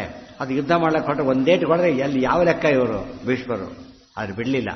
ಭೀಷ್ಮಾಯತು ಯಚೋದಾತುಂ ಯುಧೇ ತೇನ ಭಾರ್ಗವ. ಸರಿಯಾದ ರೀತಿ ಸ್ವರೂಪದಲ್ಲಿ ಒಳ್ಳೆಯವರು. ನಾವು ಎಷ್ಟೋ ಜನ ಅವರ ಹತ್ರ ಈಗ 425 ವರ್ಷ ಬರೀ ಪರಶುರಾಮದೇವರ ಹತ್ರ ಓದಿದ್ದಾರೆ. ಪ್ರಿಯ ಶಿಷ್ಯ, ಬ್ರಹ್ಮದೇವರು ಒಳಗೆ ಕೂತಿದ್ದಾರೆ, ಬ್ರಹ್ಮದೇವರ ಸನ್ನಿಧಾನ ಇದೆ. ಇದೆಲ್ಲ ಕಾರಣದಿಂದ ಅವ್ರಿಗೇನು ಬರಬಾರದು? ಅಪಕೀರ್ತಿ ಬರಬಾರ್ದು, ಅಪಕೀರ್ತಿ ಬರಬಾರ್ದು. ಇವರಿಗೆ ಮತ್ತೆ ತಾವೇ ವರ ಕೊಟ್ಟಿರ್ತಾರೆ. ಅವರಪ್ಪ ವರ ಕೊಟ್ಟಿದ್ದಾರೆ ಏನಂತ? ನೀನು ಸೋಲಬೇಡ ಅಂತ ಹೊರ ಕೊಟ್ಟಿದ್ದ, ಅಜೇಯತ್ವ ಹೊರ ಕೊಟ್ಟಿದ್ದ. ಅವ್ರ ಅಪ್ಪನ ಮಾತು ಸುಳ್ಳಾಗಬಾರ್ದು. ಸುಳ್ಳಾದಾಗ ಪಿತೃದೇವೋಭವ ಹೋಗಿಬಿಡುತ್ತೆ. ಆಮೇಲೆ ಒಂದು ಲಿಂಕ್ ಇದೆ ಅದು. ಆದ್ದರಿಂದ ಅದು ಯಾವುದು ಕೂಡ ಸತ್ಯ ಮಾಡಲಿಕ್ಕೋಸ್ಕರ, ಅವರಿಗೆ ಕೀರ್ತಿ ಕೊಡೋದಕ್ಕೋಸ್ಕರ ಏನು ಮಾಡಿದ್ರು ಅವರು? ಯುದ್ಧ ಮಾಡಿದರೆ ಹೊರತು ಅವ್ರಿಗೆ ಯುದ್ಧ ಮಾಡೋ ಕಾರಣನೇ ಇಲ್ಲ. ಬರೀ ಜೋರಾಗಿ ಮಾಡಲೇಬೇಕು ಅಂದ್ರೆ ಮಾಡಬೇಕಾಗ್ತಿತ್ತು. ಅವರು ಒಳಗಿಂದ ಪ್ರೇರೇಪ. ಬ್ರಹ್ಮದೇವರ ಶಾಪಕ್ಕಿಂತ ಇವರು ಶಕ್ತಿ ದೊಡ್ಡದು. ಎಲ್ಲಿ ದೇವರು ಎಲ್ಲಿ ಬ್ರಹ್ಮದೇವರು ಏನೂ ಮಾಡಲಿಲ್ಲ. ಯಾತಕ್ಕೆ ಅಂದರೆ ಅವ್ರ ಕೀರ್ತಿ ಬರಲಿ ಅಷ್ಟೇ ಅಂತೇಳಿ ಯುದ್ಧ ಮಾಡಿದರೆ ಹೊರತು ಅಶಕ್ತಿ ಇತ್ಯಾದಿ ಕಾರಣ ಅಲ್ಲ. ಯುಹೇತೇನ ಭಾರ್ಗವ. ಏನು ಕೀರ್ತಿ ಬಂತು ಅವರಿಗೆ? ಏನು ಕೀರ್ತಿ ಬಂತಿದ್ರಿಂದ ಭೀಷ್ಮರಿಗೆ? ಒಂದು ಕಡೆಗೆ ತಂದೆ ಮಾಡಿರೋ ತಾನು ಯಾವ ಕಾಲಕ್ಕೂ ಬಿಡಲಿಲ್ಲ ಅಂತ ಲೋಕದೃಷ್ಟಿಯಲ್ಲಿ ಭಾರಿ ವ್ಯಾಲಿಡ್ ಅದು. ಗೊತ್ತಾಯ್ತಾ? ಆ ಕೀರ್ತಿ. ಇನ್ನೊಂದು ಕೀರ್ತಿ ಏನು ಬಂತು? ಪಾಠ ಹೇಳಿಕೊಟ್ಟ ಗುರು ಪರಶುರಾಮರು ಅಲ್ಲಿ ಕಾಲಕ್ಕೆ ಜನ ಹೆದರಿ ಸಾಯ್ತಾ ಇದ್ರು. ಕ್ಷತ್ರಿಯರು ಅಂದ್ರೆ ಪರಶುರಾಮ ಹೆಸರುಗಳಿಸ ನಡಿಗೆ ಹೋಗ್ತಾ ಇದ್ರು. 21 ಸರಿ ಭೂಪ್ರದಕ್ಷಿಣೆ ಮಾಡಿ ಕ್ಷತ್ರಿಯರು ಕೊಂದವರು. ಅಂಥವ್ರನ್ನ ಗೆದ್ದು ಬಿಟ್ರು ಅಂದರೆ, ಯುದ್ಧ ಮಾಡಿದ್ರು ಅಂದರೆ ಭಾಳ ದೊಡ್ಡ ತಾನೇ ಅದು. ಒಂದು ಭಾರಿ ಕ್ರೆಡಿಟ್ ಅದು. ಒಂದು ಫೈನಲ್ಸ್ಗೆ ಹೋಗಿದ್ದಾಗಲೇ ಕ್ರೆಡಿಟ್ ಎಷ್ಟೋ ಸಲ. ಫೈನಲ್ವರೆಗೆ ಹೋಗಿದ್ದರೆ ಏನಾಯ್ತು ಈಗ? ಅದು ಸಾಧನೆ, ಕಡಿಮೆ ಸಾಧನೆ ಅಲ್ಲ. ಫೈನಲ್ವರೆಗೆ ಹೋಗ್ತು ಭೀಷ್ಮರನ್ನೇ ಎದುರಿಸಿ ಯುದ್ಧ ಮಾಡಿದ್ದಾರೆ ಅಂದರೆ ದೊಡ್ಡ ಕೀರ್ತಿ. ಇದೆಲ್ಲ ಜರಾಸಂಧ ಅಂತವ್ರಿಗೆ ಏನಾಗ್ತಿತ್ತು? ಒಳೊಳಗೇನೆ ಭಯ, ಒಳೊಳಗೆ ಭಯ. ಸಾಮಾನ್ಯರೆಲ್ಲ ಇವರು ಹೋಗಬಾರ್ದು ಅಂತೇಳಿ. So indirectly it was a protection to Bhishma. ಯಾರು ಕೊಟ್ಟಿದ್ರು? ಇವರು. ಕ್ರೀಡೆ ಅದ್ರ ಯಾರು ಯುದ್ಧ ಬರಲ್ಲ ಬರ್ತಾರೆ, ಅವ್ರ ಹತ್ರ ಬರ್ತಿರ್ಲಿಲ್ಲ. ಎಂತಾರೆ ಒಂದು ಕಾಶಿರಾದ್ರೆ ಇದರೊಳಗೆ ರೆಕಾರ್ಡ್. ಇದು 2ನೇ ರೆಕಾರ್ಡ್ ಆಯ್ತು. ಇದು ಸೂಪರ್ ರೆಕಾರ್ಡ್ ಇದು. ಅದರಿಂದಾಗಿನೇ ಕೀರ್ತಿ ಕೊಟ್ಟರು. ಕೀರ್ತಿ ಅವರ ಸಾಧನೆ ಅನುಕೂಲ ಆಯಿತು. ಏನೋ ಬರ್ತೆ ಅದೇ ಅದು ರೆಕಾರ್ಡ್ ಇತ್ತಲ್ಲ. ಅಲ್ಲಿವರೆಗೆ ಹೋಗಿ ಬಂದಿದ್ದಾರೆ ಅಂದರೆ ಒಂದು ಸಾಮರ್ಥ್ಯ ಇರಬೇಕು ಅಂತ ಒಪ್ಕೋಬೇಕಲ್ಲ. ನಾಸ್ತಿಕ ಅವನು, ಪರಶುರಾಮನೆಲ್ಲ ಒಪ್ಪಬೇಕಂಗಿಲ್ಲ. ಬಟ್ ಕ್ಷತ್ರಿಯರು ಯಾರ ಕಂಡು ಹೆದೆ ಸಾಯ್ತಿದ್ರು ಅಂಥವ್ರ ಜೊತೆಗೆ ಯುದ್ಧ ಮಾಡಿದರು ಅಂತ ಕೇಳಿದರೆ ಅಷ್ಟೇ ಸಾಕು ಅವರಿಗೆ. ದೊಡ್ಡ ಕೀರ್ತಿ. ಅನಂತ ಶಕ್ತಿ ರಪಿ ಸಂತ ಭೀಷ್ಮಂ ಜಜಹಾನಃ. ಯುದ್ಧ ನಡೀತು. ಭಾರಿ ಯುದ್ಧ ಮಾಡಿದರು. ಒಂದೇ ಹೊಡೆದು ಸತ್ತೋಗ್ತಿದ್ರು. ಸಂಕಲ್ಪಕ್ಕೆ ಸಾಯ್ತಿದ್ರು. ಕೊಲ್ಲಿಲ್ಲ. ನಚಾಂಬಾಂ ಗ್ರಹಯಾಮಾಸ ಭೀಷ್ಮ ಕಾರುಣ್ಯ ಯಂತ್ರಿತ. ಅಂಬೇನ ಜೊತೆ ಮದುವೆನೂ ಮಾಡಿಸಲಿಲ್ಲ. ಯಾಕೆ? ಅವ್ರ ಶಪಥ ಉಳಿಸಿದ್ರು, ಕೀರ್ತಿ ಕೊಡಬೇಕು ಅಂತ. ಅದನ್ನೂ ಮಾಡಿಸಲಿಲ್ಲ. ಎರಡನ್ನೂ ಮಾಡಿದರು. ಇದು ಕೆಲವೆಲ್ಲ ಪ್ರಶ್ನೆ ಇದೆ. ತುಂಬ ಜನ ತಪ್ಪು ತಿಳ್ಕೊಂಡ್ಬಿಡ್ತಾರೆ. ಯುದ್ಧದಲ್ಲಿ ಭೀಷ್ಮ ಪರಶುರಾಮರು ಸೋತ್ಬಿಟ್ರು ಅಂತಾನೆ ಎಲ್ಲ ಬರೆದಿರೋದು ಕೂಡ. ಅಲ್ಲಿ ರಾಮಾಯಣದಲ್ಲಿ ಹೋದರೆ ಪರಶುರಾಮ ಗರ್ಭಭಂಗ ಅಂತ ಶುರು ಮಾಡ್ತಾರೆ. ಇಲ್ಲಿ ಬಂದರೆ ಪರಶುರಾಮ ಇನ್ನೊಂದು ಸೋಲಿದು. ಮಹಾಭಾರತದಲ್ಲೂ ಪರಶುರಾಮರಿಗೆ ಸೋಲು, ಅಲ್ಲೂ ಸೋಲು. ಈ ರೀತಿ ಜನ ಬರಬಾರದು ಅಭ್ಯಾಸ ಆಗೋಗ್ಬಿಟ್ಟೆ. ಪರಶುರಾಮರ ಗರ್ಭಭಂಗ ಅಂತಾನೆ ಹರಿಕತೆ ಮಾಡಿಬಿಡ್ತಾರೆ. ಹೆಸರು ಹರಿಕತೆ, ಹರಿನೇ ಬೈಯೋ ಕಥೆ ಅದು. ಸೋತು ಹರಿನೇ ಬೈದರೆ ದಶಾವತಾರದಲ್ಲಿ ಒಂದು ಡೌಟ್ ಕೂಡ ಇಲ್ಲ ಬಗ್ಗೆ ಯಾರಿಗೂ ಕೂಡ. ತಪ್ಪು ಹೇಳ್ತಾರೆ. ವಾಸ್ತುಸ್ಥಿತಿ ಮಹಾಭಾರತದಲ್ಲಿ ಯಾರೂ ನೋಡಿಲ್ಲ ಅದನ್ನು. ಆಚಾರ್ಯ ಹೇಳ್ತಾರೆ ಭೀಷ್ಮರು ಪರಶುರಾಮರು ಸೋತೇ ಇಲ್ಲ. ಯುದ್ಧ ನಡೀತೆ ಹೊರತು ಪರಶುರಾಮರು ಸೋತರು ಅಂತಿಲ್ಲ ಅದರಲ್ಲಿ ಮಹಾಭಾರತ. ಇವರು ಕಥೆ ಕಟ್ಟಿದ್ದಷ್ಟೇನೆ. ಆ್ಯಕ್ಚುಲಿ ಏನು ನಡೀತು ಗೊತ್ತಾ? ಫಸ್ಟಲ್ಲಿ ಯುದ್ಧ ಶುರುವಾಗಬೇಕು. ಕೆಳಗಿಡಿದ್ರು ಭೀಷ್ಮರು. ಗೊತ್ತಾಯ್ತಾ? ತಮ್ಮ ಬಿಲ್ಲು ಬಾಣ ತೆಗೆದಿಟ್ರು, ಪಾದರಕ್ಷೆ ಬಿಟ್ಟರು, ಪರಶುರಾಮರ ಹತ್ರ ಹೋದರು. ಪ್ರದಕ್ಷಿಣೆ ಹಾಕಿದ್ರು ರಥಕ್ಕೆ. ಸಾಷ್ಟಾಗ ನಮಸ್ಕಾರ ಮಾಡಿದರು. ಏನರ್ಥ? ನಮಸ್ಕಾರ ಮಾಡಿ ಏನಂತ ಆಶೀರ್ವಾದ ಮಾಡಬೇಕು? ಮಾಡು. ಇದು ಅದು ಶಿಷ್ಯ, ಯೋಗ್ಯ ಜೀವ, ಅದೆಲ್ಲ ಇದೆ. ಅದಕ್ಕೇನು ಮಾಡಿದರು? ತಥಾಸ್ ಅಷ್ಟೇ ಹೇಳಿದರು. ಏನಾಯ್ತು ಈಗ? ನಾನು ಸರೆಂಡರ್ ಆದ ಲೆಕ್ಕ. ಸರೆಂಡರ್ ದಯವಿಟ್ಟು ಕಾಪಾಡಿದ್ನಲ್ಲ ಅಂತ ಅರ್ಥ. ಅದೇ ತಥಾಸ್ತೋದ್ರು, ಕಾಪಾಡಿದ್ರು ಅಷ್ಟೇ ಹೊರತು ಅವರಿಗೆ ಸೋತು ಕೊಡಲಿಲ್ಲ. ಇದು ಬಿಟ್ಬಿಟ್ಟಿದ್ದಾರೆ ಎಲ್ಲರೂ ಕೂಡ. ಇದನ್ನೇ ಧರ್ಮ ಆಮೇಲೆ ಫಾಲೋ ಮಾಡ್ತಾರೆ ನನ್ನ ಯುದ್ಧದಲ್ಲಿ. ಇದ್ರ ಪಾಠ ಆಯ್ತು ಇದರಿಂದ. ವಿಶ್ವರು ಎಷ್ಟು ಒಳ್ಳೆ ನೇಚರ್ ನೋಡಿ. ಒಂದು ಕಡೆಗೆ ಅವ್ರ ತಪ್ಪುಗಳಿದೆ, ಆದರೆ ಎಷ್ಟು ಒಳ್ಳೆ ಸ್ವಭಾವ ಇದೆ. ಮತ್ತೆ ಗುರುಗಳ ಜೊತೆ ಹೇಗೆ ನಡಬೇಕಾದ್ರೆ, ದೊಡ್ಡವ್ರ ಜೊತೆ ಹೇಗೆ ನಡ್ಕೋಬೇಕು. ಹುಚ್ಚುಚ್ಚ ಬರೀತಿರ್ತಾರೆ ಇವತ್ತೆಲ್ಲ ಕೂಡ. ದೊಡ್ಡ ಹೇಗೆ ನಡ್ಕೋಬೇಕು ದೊಡ್ಡವ್ರ ಜೊತೆಗೆ. ಡಿಫರೆನ್ಸ್ ಆಫ್ ಒಪಿನಿಯನ್ ಇರ್ಬೋದು. ಕೇಳೋದು ಮೆಥಡ್ ಇಲ್ವಾ ಕೇಳೋದಕ್ಕೆ? ಬ್ಯಾಂಕಲ್ಲಿ ತಪ್ಪಾಗಿರುತ್ತೆ, ಕ್ಲರ್ಕ್ ಮಾಡಿರ್ತಾರೆ, ಬಾಯಿ ಬಂದ ಬೈತಾರೆ. ಹೋಗಿ ಫಸ್ಟ್ ಏನು ಕೇಳ್ತಾರೆ? ಫಸ್ಟು ಇವ್ರು ದೊಡ್ಡ AS ಆಫೀಸರ್ ಆಗಿರ್ಬೋದು, ಅವ್ರು ಕ್ಲರ್ಕ್ ಆಗಿರೋ ಏನಂತ ಕೇಳ್ತಾರೆ ಫಸ್ಟ್ ಇವರು? ಇದೇ ಸ್ವಲ್ಪ ರೆಕ್ಟಿಫೈ ಮಾಡುತ್ತೆ ಅಷ್ಟೇ. ಏನು ಗಲಾಟೆ ಮಾಡೋಲ್ಲ. ಫಸ್ಟ್ ಏನು ಮಾಡ್ತಾನೆ ಅವನು? ಮಾಡಿಕೊಡ್ತಾನೆ. ಅದು ಯಾವಾಗ ಗಲಾಟೆ ಶುರುವಾಗುತ್ತೆ? ಆಮೇಲೆ ಮ್ಯಾನೇಜರ್ ಹೋಗ್ತಾರೆ, ಅವನು ಮಾಡೋದು. ಆ ಗಲಾಟೆ ಶುರುವಾಗುತ್ತೆ. ಮೊದಲು ಶುರುವಾಗಲ್ಲ ಹಾಗೆಲ್ಲ ಕೂಡ. ಬಾಯಿ ಬಂದ ಬೆಲೆಗೆ ಶುರು ಮಾಡಿಬಿಟ್ರೆ ಇವತ್ತು ನಡೀತಿರೋದು ಅಂತ. ಇದು ಹೇಳೋರೆಲ್ಲ ಕೇಳಲ್ಲ ಸಮಾಜದೊಳಗೆ. ಯಾರು ಏನು ಬೇಕಾದ್ರೂ ಮಾತಾಡೋದು, ಏನು ಬೇಕಾದ್ರೂ ನಡ್ಕೋಬೋದು. ಸ್ವಾತಂತ್ರ್ಯ ಅಂದರೆ ಸ್ವೇಚ್ಛಾಚಾರ ಆಗಿದೆಯಲ್ಲ, ಆ ರೀತಿಯಾಗಿ ಭಾಳ ತಪ್ಪು. ವಾಟ್ಸಪ್ ನೋಡ್ತಿರ್ತೀವಿ ಕೆಲವರಿಗೆ ಎಷ್ಟು ವರ್ಷ ಆಗಿರುತ್ತೆ ಅಂದರೆ ಅಸಹ್ಯಮಯ. ಹಾಗಿರಬಾರ್ದು. ಅದು ಯಾರಿಗೆ ಗೌರವ? ಸಮಾಜನೇ ಅಲ್ಲ ಅದು. ಮಧ್ವ ಸಿದ್ಧಾಂತ ಅವೆಲ್ಲ ಬಿಟ್ಟುಬಿಡಿ, ಭಾರಿ ಮೇಲಾಯ್ತು ಅದು. ತೀರೋದು ಕಾಮನ್ ಸೆನ್ಸ್ ಇದ್ದವನು ಕೂಡ ಏನು ಮಾಡಲ್ಲ, ಹಾಗೆಲ್ಲ ನಡ್ಕೊಡಲ್ಲ. ಒಂದು ಗೌರವ ನಡ್ಕೋಬೇಕು ಯಾವಾಗ. ಗೊತ್ತಾಯ್ತಾ? ದೊಡ್ಡವರು ಅಂತಿರ್ತಾರೆ. ನೀನು ದೊಡ್ಡವರು ಅಲ್ಲದೆ ಇರ್ಬೋದು, ಸಮಾಜಕ್ಕೆ ದೊಡ್ಡವರು. ಗೊತ್ತಾಯ್ತಾ? ನಿಮಗೆ ಆಫೀಸರ್ ಅಲ್ಲ, ಪಕ್ಕದ ಮೇಲೆ ಇನ್ನೊಂದು ಕಾಲೇಜ್ ಮೇಸ್ಟ್ರು ಬೈಲಕ್ಕಾಗುತ್ತಾ? ನಮ್ಮ ಮೇಸ್ಟ್ರಲ್ಲ ಅಂತೇಳಿ ನಮ್ಮೆಷ್ಟರಲ್ಲಾದರೆ ಬೈತೇನೆ ಅಂತ ಹೇಳಿದರೆ ಎಷ್ಟು ಒಂದೇ ಕಾಲೇಜಿನಲ್ಲಿ ಒಂದೇ ಎಲ್ಲ ಟೀಚರ್ಸು ಎಲ್ಲ ಕ್ಲಾಸು ತಗೊಳ್ಳಲ್ಲ. ಆದರೂ ಸಾರ್ ಅನ್ಬೇಕು ಅವ್ರನ್ನ, ಏನಯ್ಯ ಅಂತ ಕರೀಲಿಕ್ಕೆ ಬರಲ್ಲ ಅವ್ರನ್ನ. ಯಾತಕ್ಕೆ? ಸ್ಟಾಫ್ ಇದರಲ್ಲಿದ್ದಾರೆ ಪಾಪ, ಗೌರವ ಕೊಡಬೇಕು ಅವ್ರಿಗೆ. ನಮ್ಮಲ್ಲಿ ಏನೇ ನಮ್ಮ ಮಠದವರಲ್ಲ ಅಂದರೆ ಅವ್ರು ಸ್ವಾಮಿಗಳೇ ಅಲ್ಲ. ಈ ಕಾಲ ಬಂದು ಹೋಗ್ಬಿಟ್ಟು ಎಷ್ಟು ಹುಚ್ಚರಿದ್ದಾರೆ ಜನ ಆದರೆ ನಂಬಲಿಕ್ಕೆ ಸಾಧ್ಯ ಇಲ್ಲ. ನಮ್ಮ ಮಠದವರಲ್ಲ, ನಮ್ಮ ಸ್ವಾಮಿಗಳಲ್ಲ. ಅವ್ರ ಹತ್ರ ಓದಿಲ್ಲ, ಓದಬೇಕಾಗಿದ್ದ? ಓದ್ತಾ ಇದ್ದಾರೆ, ಯಾರು ಓದಿಲ್ಲ ಅಂತ ಬೈಕತ್ತ ಓಡಾಡ್ತೀರಾ? ಡ್ಯೂ ರೆಸ್ಪೆಕ್ಟ್ ಬೇಡವಾ? ಹೇಳಿದ್ನಲ್ಲ, ಏನಲ್ಲ ವಿದ್ಯೆಗೆ ಬೆಲೆ ಇರುತ್ತೆ. ಅದಕ್ಕೆಲ್ಲ ವಿದ್ಯಾವಂತ ಹೇಗಿರ್ತಾನೆ ಯಾವಾಗಲೂ? ವಿದ್ಯಾವಂತ ಡ್ಯೂ ರೆಸ್ಪೆಕ್ಟ್, ಟೇಕ್ ರೆಸ್ಪೆಕ್ಟ್ ಅಂತ ಮಾತಾಡಬೇಕಾದ್ರೆ ಅದೇ ಹಿಂದೆ ಹೇಳಿದ್ದೆ ನಾನು. 3 ಜನ ಬಂದರು ಅಂಥೇಳಿ, ರಾಜ, ಮಂತ್ರಿ, ಸೇನಾಧಿಪತಿ, ಒಬ್ಬ ದೂತ ಎಲ್ಲ ಮಿಸ್ ಆಗಿದ್ರು ಅರಣ್ಯದೊಳಗೆ. ಒಬ್ಬ ಮುನಿ ತಪಸ್ ಮಾಡ್ತಿದ್ದ. ಮೊದಲು ಇವನು ಬಂದ, ಆಳು ಬಂದ. ಏನಯ್ಯ ಅಂತ ಬೈದು ಕೇಳಿದ. ನಮ್ಮ ರಾಜ ಬಂದ, ನೋಡಿದೆ ಏನಣ್ಣ ನೀವು ಯಾರು ನೋಡಿದೆ ಅಂತ ಕೇಳಿದ. ಮಾತೇ ಆಡಲಿಲ್ಲ ಅವನು. ಇನ್ನೊಬ್ಬ ಬಂದ, ಏನಯ್ಯ ಅಂತ ಮಾತಾಡಿಸ್ದ. ಇನ್ನೊಬ್ಬ ಏನಪ್ಪ ಅಂತ ಹೇಳಿದ. ಕೊನೆಗೆ ಬಂದವನು, ಏನು ಸ್ವಾಮಿ ದಯವಿಟ್ಟು ನೋಡಿದ್ರಾ, ಯಾರಾದ್ರು ಬಂದಿದ್ರಾ ಅಂತ ಕೇಳಿದ. ತಕ್ಷಣ ಹೇಳಿದ, ನೀನೇ ರಾಜ ಅಂತ ಹೇಳಿದ. ಯಾಕೆ? ವಿನಯ ಅಷ್ಟು ಜಾಸ್ತಿ ಇತ್ತು ಅವರಲ್ಲಿ. ವಿನಯ ಜಾಸ್ತಿ ಇದ್ದಷ್ಟು ಕೂಡ ಏನರ್ಥ? ಅವ್ರು ದೊಡ್ಡ ವಿದ್ಯಾವಂತ. ಗೊತ್ತಾಯ್ತಾ? ವಿನಯೋ ಹಿ ಭೂಷಯತಿ ಸರ್ವರಸಂ ವಿದ್ಯಾದಾತಿ ವಿನಯಂ. ಅದು ಮಾಡಿದ ವಿಷಯ ಸರಿ ಇರ್ಬೋದು, ಆ ವಿಚಾರ ಬೇರೆ. ಸರಿ ಇಲ್ಲ ಆ ವಿಚಾರ, ಅದು ಇನ್ನೊಂದು ಪ್ರಶ್ನೆ ಇಟ್ಕೊಂಬೋಣ. ಸರಿ ಇದೆಯೋ ಸರಿ ಇಲ್ಲೋ ಅನ್ನೋದು ಬೇರೆ ಪ್ರಶ್ನೆನೇ. First of all how you behave ಅನ್ನೋದು ಭಾರಿ ಮುಖ್ಯ. ವಿಷಯ ಸರಿ ಇದ್ರೂ ಕೂಡ ಬಿಹೇವಿಯರ್ ಕೆಟ್ಟದಿದ್ರೆ ಏನರ್ಥ? ಅದಕ್ಕೆ ತಪ್ಪು ಮಾಡಿದಂತ ಹೊಡೆದಾಕ್ಬಿಡೋದ? ಸಾಧ್ಯ ಇಲ್ಲ. ಇವತ್ತು ಯಾತಕ್ಕೆ ಹೇಳ್ತೀರಿ ಅಂದರೆ, ಕಾಲದಲ್ಲಿ ಯಾರು ನೋ ಆಸ್ಕರ್ ನೋ ಟೆಲ್ಲರ್ ಅಂತಲ್ಲ, ಹಾಗಾಗ್ಬಿಟ್ಟು ಎಚ್ಚರಿಕೆ ಹೋಗ್ಬೇಕು ಜನಗಳೆಲ್ಲ. ಅದೆಲ್ಲ ಸಹಿಸಬಾರ್ದಂಥದ್ದನ್ನೇ ಅಂದು ಕೂಡ. ಸಿದ್ಧಾಂತಕ್ಕೆ ಎಷ್ಟು ವಿರೋಧ ಆಗ್ತದೆ ಹೇಳಕ್ಕೆ ಸಾಧ್ಯ ಇಲ್ಲ. ಆ ಬಗ್ಗೆ ಎಲ್ಲರೂ ಮೌನ ವಹಿಸ್ಬಿಡ್ತಾರೆ. ಮೌನ ವಹಿಸಬಾರ್ದು. ಮುಂದೆ ಅದೇ ಟ್ರೆಂಡ್ ಡೆವಲಪ್ ಆಗಿಬಿಡ್ತು ಅಂದರೆ ಸಮಾಜ ಹಾಳಾಗೋಗ್ಬಿಡುತ್ತೆ. ಅಂದರೆ ದೊಡ್ಡ ಅಫೆನ್ಸ್ ಆ್ಯಕ್ಚುಲಿ. ಇವತ್ತು ಆ್ಯಕ್ಚುಲಿ ಕೋರ್ಟು ಕಚೇರಿಗಳು ಈ ರೀತಿ ಬೈದ ಇನ್ನೊಬ್ಬರಲ್ಲಿ ಬೈಯ ಹಕ್ಕಿಲ್ಲ ಯಾರಿಗೂ ಕೂಡ. ತಂದೆ ಮಗನ್ನೇ ತಂದೆ ಹೊಡೆಯುತ್ತೆ, ತಂದೆ ಮಗ ಕೇಸ್ ಹಾಕ್ಬೋದು. ತಂದೆಗೂ ಮಗ ಕೇಸ್ ಆಗ್ಬೋದು ಅಪ್ಪನ ಮೇಲೆ. ಹೊಡೆಯೋ ರೈಟ್ ಇದ್ರು ಕೂಡ ಇವತ್ತು ಯಾರಿಗೂ ಆ ರೈಟ್ ಇಲ್ಲ. ಅವ್ರು ಹಾಕಲ್ಲ, ವಿಚಾರ ಬೇರೆ. ಕೆಲವು ಸುಮ್ಮನೆ ಹಾಕ್ತಾರೆ, ಹೊಡೆದೇನೆ ಅದು ಇರ್ತಾರೆ. ಏನ ಮೂರ್ಖತನ ಅಂತ ಕರೀತಾರೆ. ಅಷ್ಟೊಂದಿಷ್ಟು ಭೀಮಸೇಂದ್ರ ಯಾರು ಮಾಡಿದ್ರ? ಭೀಮಸೇಂದ್ರ ಸರ್ ಯಾರು ಫಾಲೋ ಮಾಡ್ತಾರಾ? ಯಾರು ಬೈದ್ರ ಅವರು? ಯಾರು ಬಲರಾಮದೇವ್ರ ಗುರುಗಳು ಅಂತ ಹೆಸರು, ಗೊತ್ತಾಯ್ತಾ? ಅವ್ರು ಬಂದರು, ಅವಮಾನ ಮಾಡಲಿಲ್ಲ ಅವರಿಗೆ, ಗೊತ್ತಾಯ್ತಾ? ಇದು ನೆಚ್ಚಚಾಲ ಅವ್ರಿಗೆ ಹೋದಾರ ಅಷ್ಟೇ. ಎಷ್ಟು ಡಿಸೆನ್ಸಿ ಮೇಂಟೈನ್ ಮಾಡ್ತಾರೆ. ಸರಿ ಮಾಡ್ತೀನಿ ಅಂತ ಹೇಳೋದಕ್ಕೆ ಹೊರಟು ತಪ್ಪ ನಡ್ಕೊಂಡು ಸರಿ ಆಗಲಿಲ್ಲ. ಹೇಳಿತಾ? ಸರಿ ತಪ್ಪಿನ ಪ್ರಶ್ನೆ ಆಮೇಲೆ ಎಂಕ್ವೈರಿ ಮಾಡೋದಿಲ್ಲ. ಫಸ್ಟ್ ಆಫ್ ಆಲ್ ಇವ್ರು ಹೊಡೆದೇ ಇಲ್ಲ ನೀನೀಗ ಸರಿಯಾಗಿ ಹೊಡೆದು ಅಲ್ಲ ಕೋರ್ಟಲ್ಲಿ ಹೇಳು ಅಂತ ಹೇಳ್ತಾರೆ. ನೀನು ಮಾಡಿದ್ದು ತಪ್ಪು ಹೌದು, ಹೊಡೆದಿದ್ದು ತಪ್ಪು ಹೌದಲ್ಲ ಅಷ್ಟೇ. ಏಕೋಯ್ತು ತಪ್ಪಲ್ಲ ಮುಗಿದೋಯ್ತಾರೆ. ಕಾರಣ ಇದು, ಕಾರಣ ಎಲ್ಲ ಕೆಡೋದಿಲ್ಲ. ಅದು ಅಲ್ಲಿ ಹೇಳು ಅಂತ ಹೇಳ್ತಾರೆ. ಎಲ್ಲಿ ಹೇಳ್ಬೇಕಂದ್ರೆ ಕೋರ್ಟಲ್ಲಿ ಹೇಳು ಅಂತ ಹೇಳ್ತಾರೆ. ಬಿಹೇವಿಯರೇ ಸರಿ ಇಲ್ಲ ಅಂತ. ಅದು ಯಾರು ಹೆಸರುಗಳು ಬೇಡ ನಮಗೆ, ಬಟ್ ಆ ಟ್ರೆಂಡ್ ಇರಬಾರ್ದು. ಒಬ್ಬ ವ್ಯಕ್ತಿ ಪ್ರಶ್ನೆನ ಮಾತಾಡ್ತಾ ಇಲ್ಲ, ಆ ಟ್ರೆಂಡ್ ಎಂದೂ ಬರಬಾರ್ದು. ಬಂದರೆ ಸಮಾಜಕ್ಕೆ ಬಹಳ ಏಟು ಬಿಡುತ್ತೆ. ಭೀಮಂ ಸ್ವಭಕ್ತಂ, ಅದಕ್ಕೆ ಧರ್ಮ ಉಳಿಸ್ಬೇಕು ಅಂತ ಹೇಳಿಲ್ಲ. ಈಗ ಧರ್ಮ ರಕ್ಷಣೆಗೋಸ್ಕರವಾಗಿ ಒಬ್ಬರು ನಮ್ಮನ್ನು ಫಾಲೋ ಮಾಡ್ತಾರೆ ಬೇರೆಯವರು. ನಾವು ತಪ್ಪು ಮಾಡಿದ ತಕ್ಷಣ ಉಳಿದ ಆ ತಪ್ಪನ್ನು ಫಾಲೋ ಮಾಡೋಕ್ಕೆ ಜನ ಕಾಯ್ತಿರ್ತಾರೆ ಯಾವಾಗ. ಅದಕ್ಕೆ ನಾವೊಂದು ಎಕ್ಸಾಂಪಲ್ ಆಗಬಾರ್ದು. ನಮ್ಮ ಪ್ರೆಸಿಡೆನ್ಸ್ ಅಂತ ಜನ ನಮ್ಮನ್ನು ಕೋಟ್ ಮಾಡೋಕ್ಕಾಗಬಾರ್ದು. ತಿಳಿತಾ? ನಡ್ಕೋಬೇಕು. ಅನಂತ ಶಕ್ತಿ ಸಕಲಾಂತರಾತ್ಮ ಯಸ್ಸರ್ವವಿತ್ ಸರ್ವವಶೀ ಚ ಸರ್ವಜಿತ್. ಎಷ್ಟು ಪರಿಸರವರು ಹೇಳ್ತಾರೆ. ಅನಂತ ಶಕ್ತಿ ಸಕಲಾಂತರಾತ್ಮ ಯಹ ಸರ್ವವಿತ್ ಸರ್ವವಶಿ ಚ ಸರ್ವಜಿತ್ ನ ಯತ್ಸವಃ ಅನ್ಯಃ ಅಸ್ತಿ ಕಥಂಚ ಕುತ್ರಚಿತ್ ಕಥಂ ಹಿ ಅಶಕ್ತಿ ಪರಮಸ್ಯ ತಸ್ಯ. ಆಚಾರ್ಯ ಮಾತು ನೋಡಬೇಕು. ಪರಿಸರವರ ಬಗ್ಗೆ ಸೋಲು ಗೀಲು ಅಂತೀರಾ, ಹುಷಾರ. ಯಾರು ಗೊತ್ತೋ ಅವರು ಈ ರೀತಿ ಬರೆಯೋದಕ್ಕೆ ನಿರ್ಣಯಾಚಾರ್ಯ ದಾಸರ ಹೆಸರು. ಖಂಡಿತ ಬರೀತಾರೆ, ಸ್ಪಷ್ಟವಾಗಿ ಬರೀತಾರೆ, ಎಲ್ಲೂ ಇದಿಲ್ಲ. ಇವರು ಪರಿಸರವರು ಇಷ್ಟೆಲ್ಲ ಮಾಡಿದ್ರು. ಭೀಷ್ಮರು ತಾವು ಹೇಳಿದ್ರು ಪಾಪ, ಗುರುಗಳು ಬಂದು ಏನು ತಮ್ಮ ಇಷ್ಟ ಇಲ್ಲ ಆಚಾರ್ಯ ಬೇರೆ ತಪ್ಪಾಗಿ ನಡ್ಕೊಳ್ಳಿಲ್ಲ.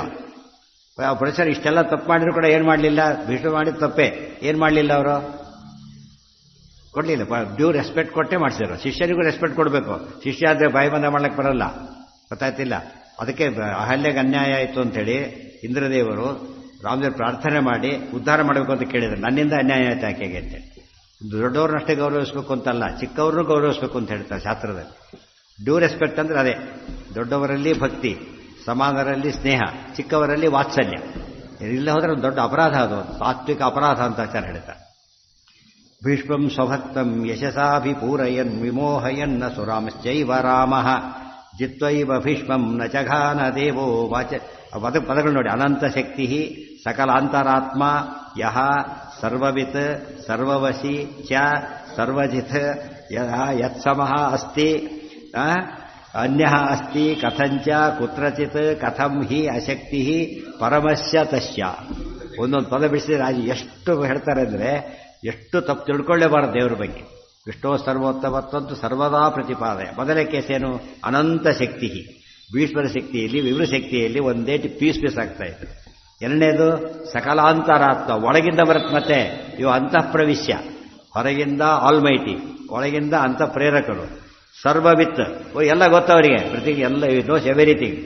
ಸರ್ವವಶಿ, ಎಲ್ಲರನ್ನ ವಶ ಮಾಡಿ, ಯೋಗಿಗಳೇ ವಶ ಮಾಡ್ಕೋತಾರೆ, ಹಿಪ್ನಾಟಿಸಮ್ ಮಾಡೇ ವಶ ಮಾಡ್ಕೋತಾರೆ. ವಶಿ. ಸರ್ವಜಿತ್, ಜಿತಂತೆ ಪುಂಡರೀಕಾಕ್ಷ ಜಿತಂತೆ ವಿಶ್ವಭಾವನ. ಎಷ್ಟು ದೇವರ ಮಹಿಮೆ ಇದು. ನಾನು ಎತ್ಸಮೋ ಅಸ್ತಿ, ಹೋಲಪ್ಪ ಇವನು ಐ ಎಸ್ ಅವನು ಐ ಎಸ್, ಇವನು ಅವನು ಚೀಫ್ ಮಿನಿಸ್ಟರ್, ಇವನು ಅವಾಗಿಲ್ಲ, ಒಬ್ಬರೇ ದೇವರು. ರಾಜ ಅನಂತ ಕಾಲಕ್ಕೆ ಒಬ್ಬನೇ ನಾರಾಯಣ. ಅದಕ್ಕೆ ನಾ ಯತ್ಸಮೋ ಅಸ್ತಿ ಅನ್ಯಃ ಕಥಂಚ ಕುತ್ರಚಿತ್ ಕಥಂ ಹಿ. ಎಲ್ಲೂ ಯಾವ ಕಾಲಕ್ಕೂ ಯಾವ ರೀತಿಯೂ ಇಲ್ಲ. ಅಥವಾ ಪರಮಾತ್ಮನ ಅಶಕ್ತಿನ ಕಥಂ ಹಿ ಅಶಕ್ತಿ ಪರಮಸ್ಯ ತಸ್ಯ. ಇವನಿಗೆ ಇದು ಗೊತ್ತಾ, ಶಕ್ತಿ ಇರುತ್ತಾ? ಹೇಗೆ ಯೋಚನೆ ಮಾಡಬೇಕಿದೆ. ಆಯ್ತು ಕೋಳಿಸಿ ಇಂಥ ವಿಷಯ ಬಂದಾಗೆಲ್ಲ ಇನ್ನು ಅಪ್ಲೈ ಮಾಡ್ಕೋಬೇಕು. ಅದಕ್ಕೆ ತಾತ್ಪರ್ಯ ನಿರ್ಣಯ ಅಂತ ಕರೆಯೋದು. ಅದು ಓದದೆ ಹೋದರೆ ಮನುಷ್ಯ ಏನೂ ಉಪಯೋಗ ಇಲ್ಲ, ಹಾಳಾಗಿಬಿಡ್ತಾನೆ. ಭೀಷ್ಮಂ ಸ್ವಭಕ್ತಂ ಯಶಸಾಭಿಪೂರಯನ್ ವಿಮೋಹಯನ್ನ ಸುರಾಂಶ್ಚೈವ ರಾಮಃ ಜಿತ್ವೈವ ಭೀಷ್ಮಂ ನ ಜಘಾನ ದೇವೋ ವಾಚಂಚ ಸತ್ಯಾಂ ಅಕರೋತ್ಸ ತಸ್ಯ. ಅದು ನಾಳೆ ನೋಡೋಣ, ಇನ್ನು ತುಂಬಾನೇ ಇದೆ ಕ್ಲಾರಿಫಿಕೇಶನ್. ಓಂ ಶ್ರೀಯಃ ಪತ್ತೇ ನಿತ್ಯ ಗಣಿತ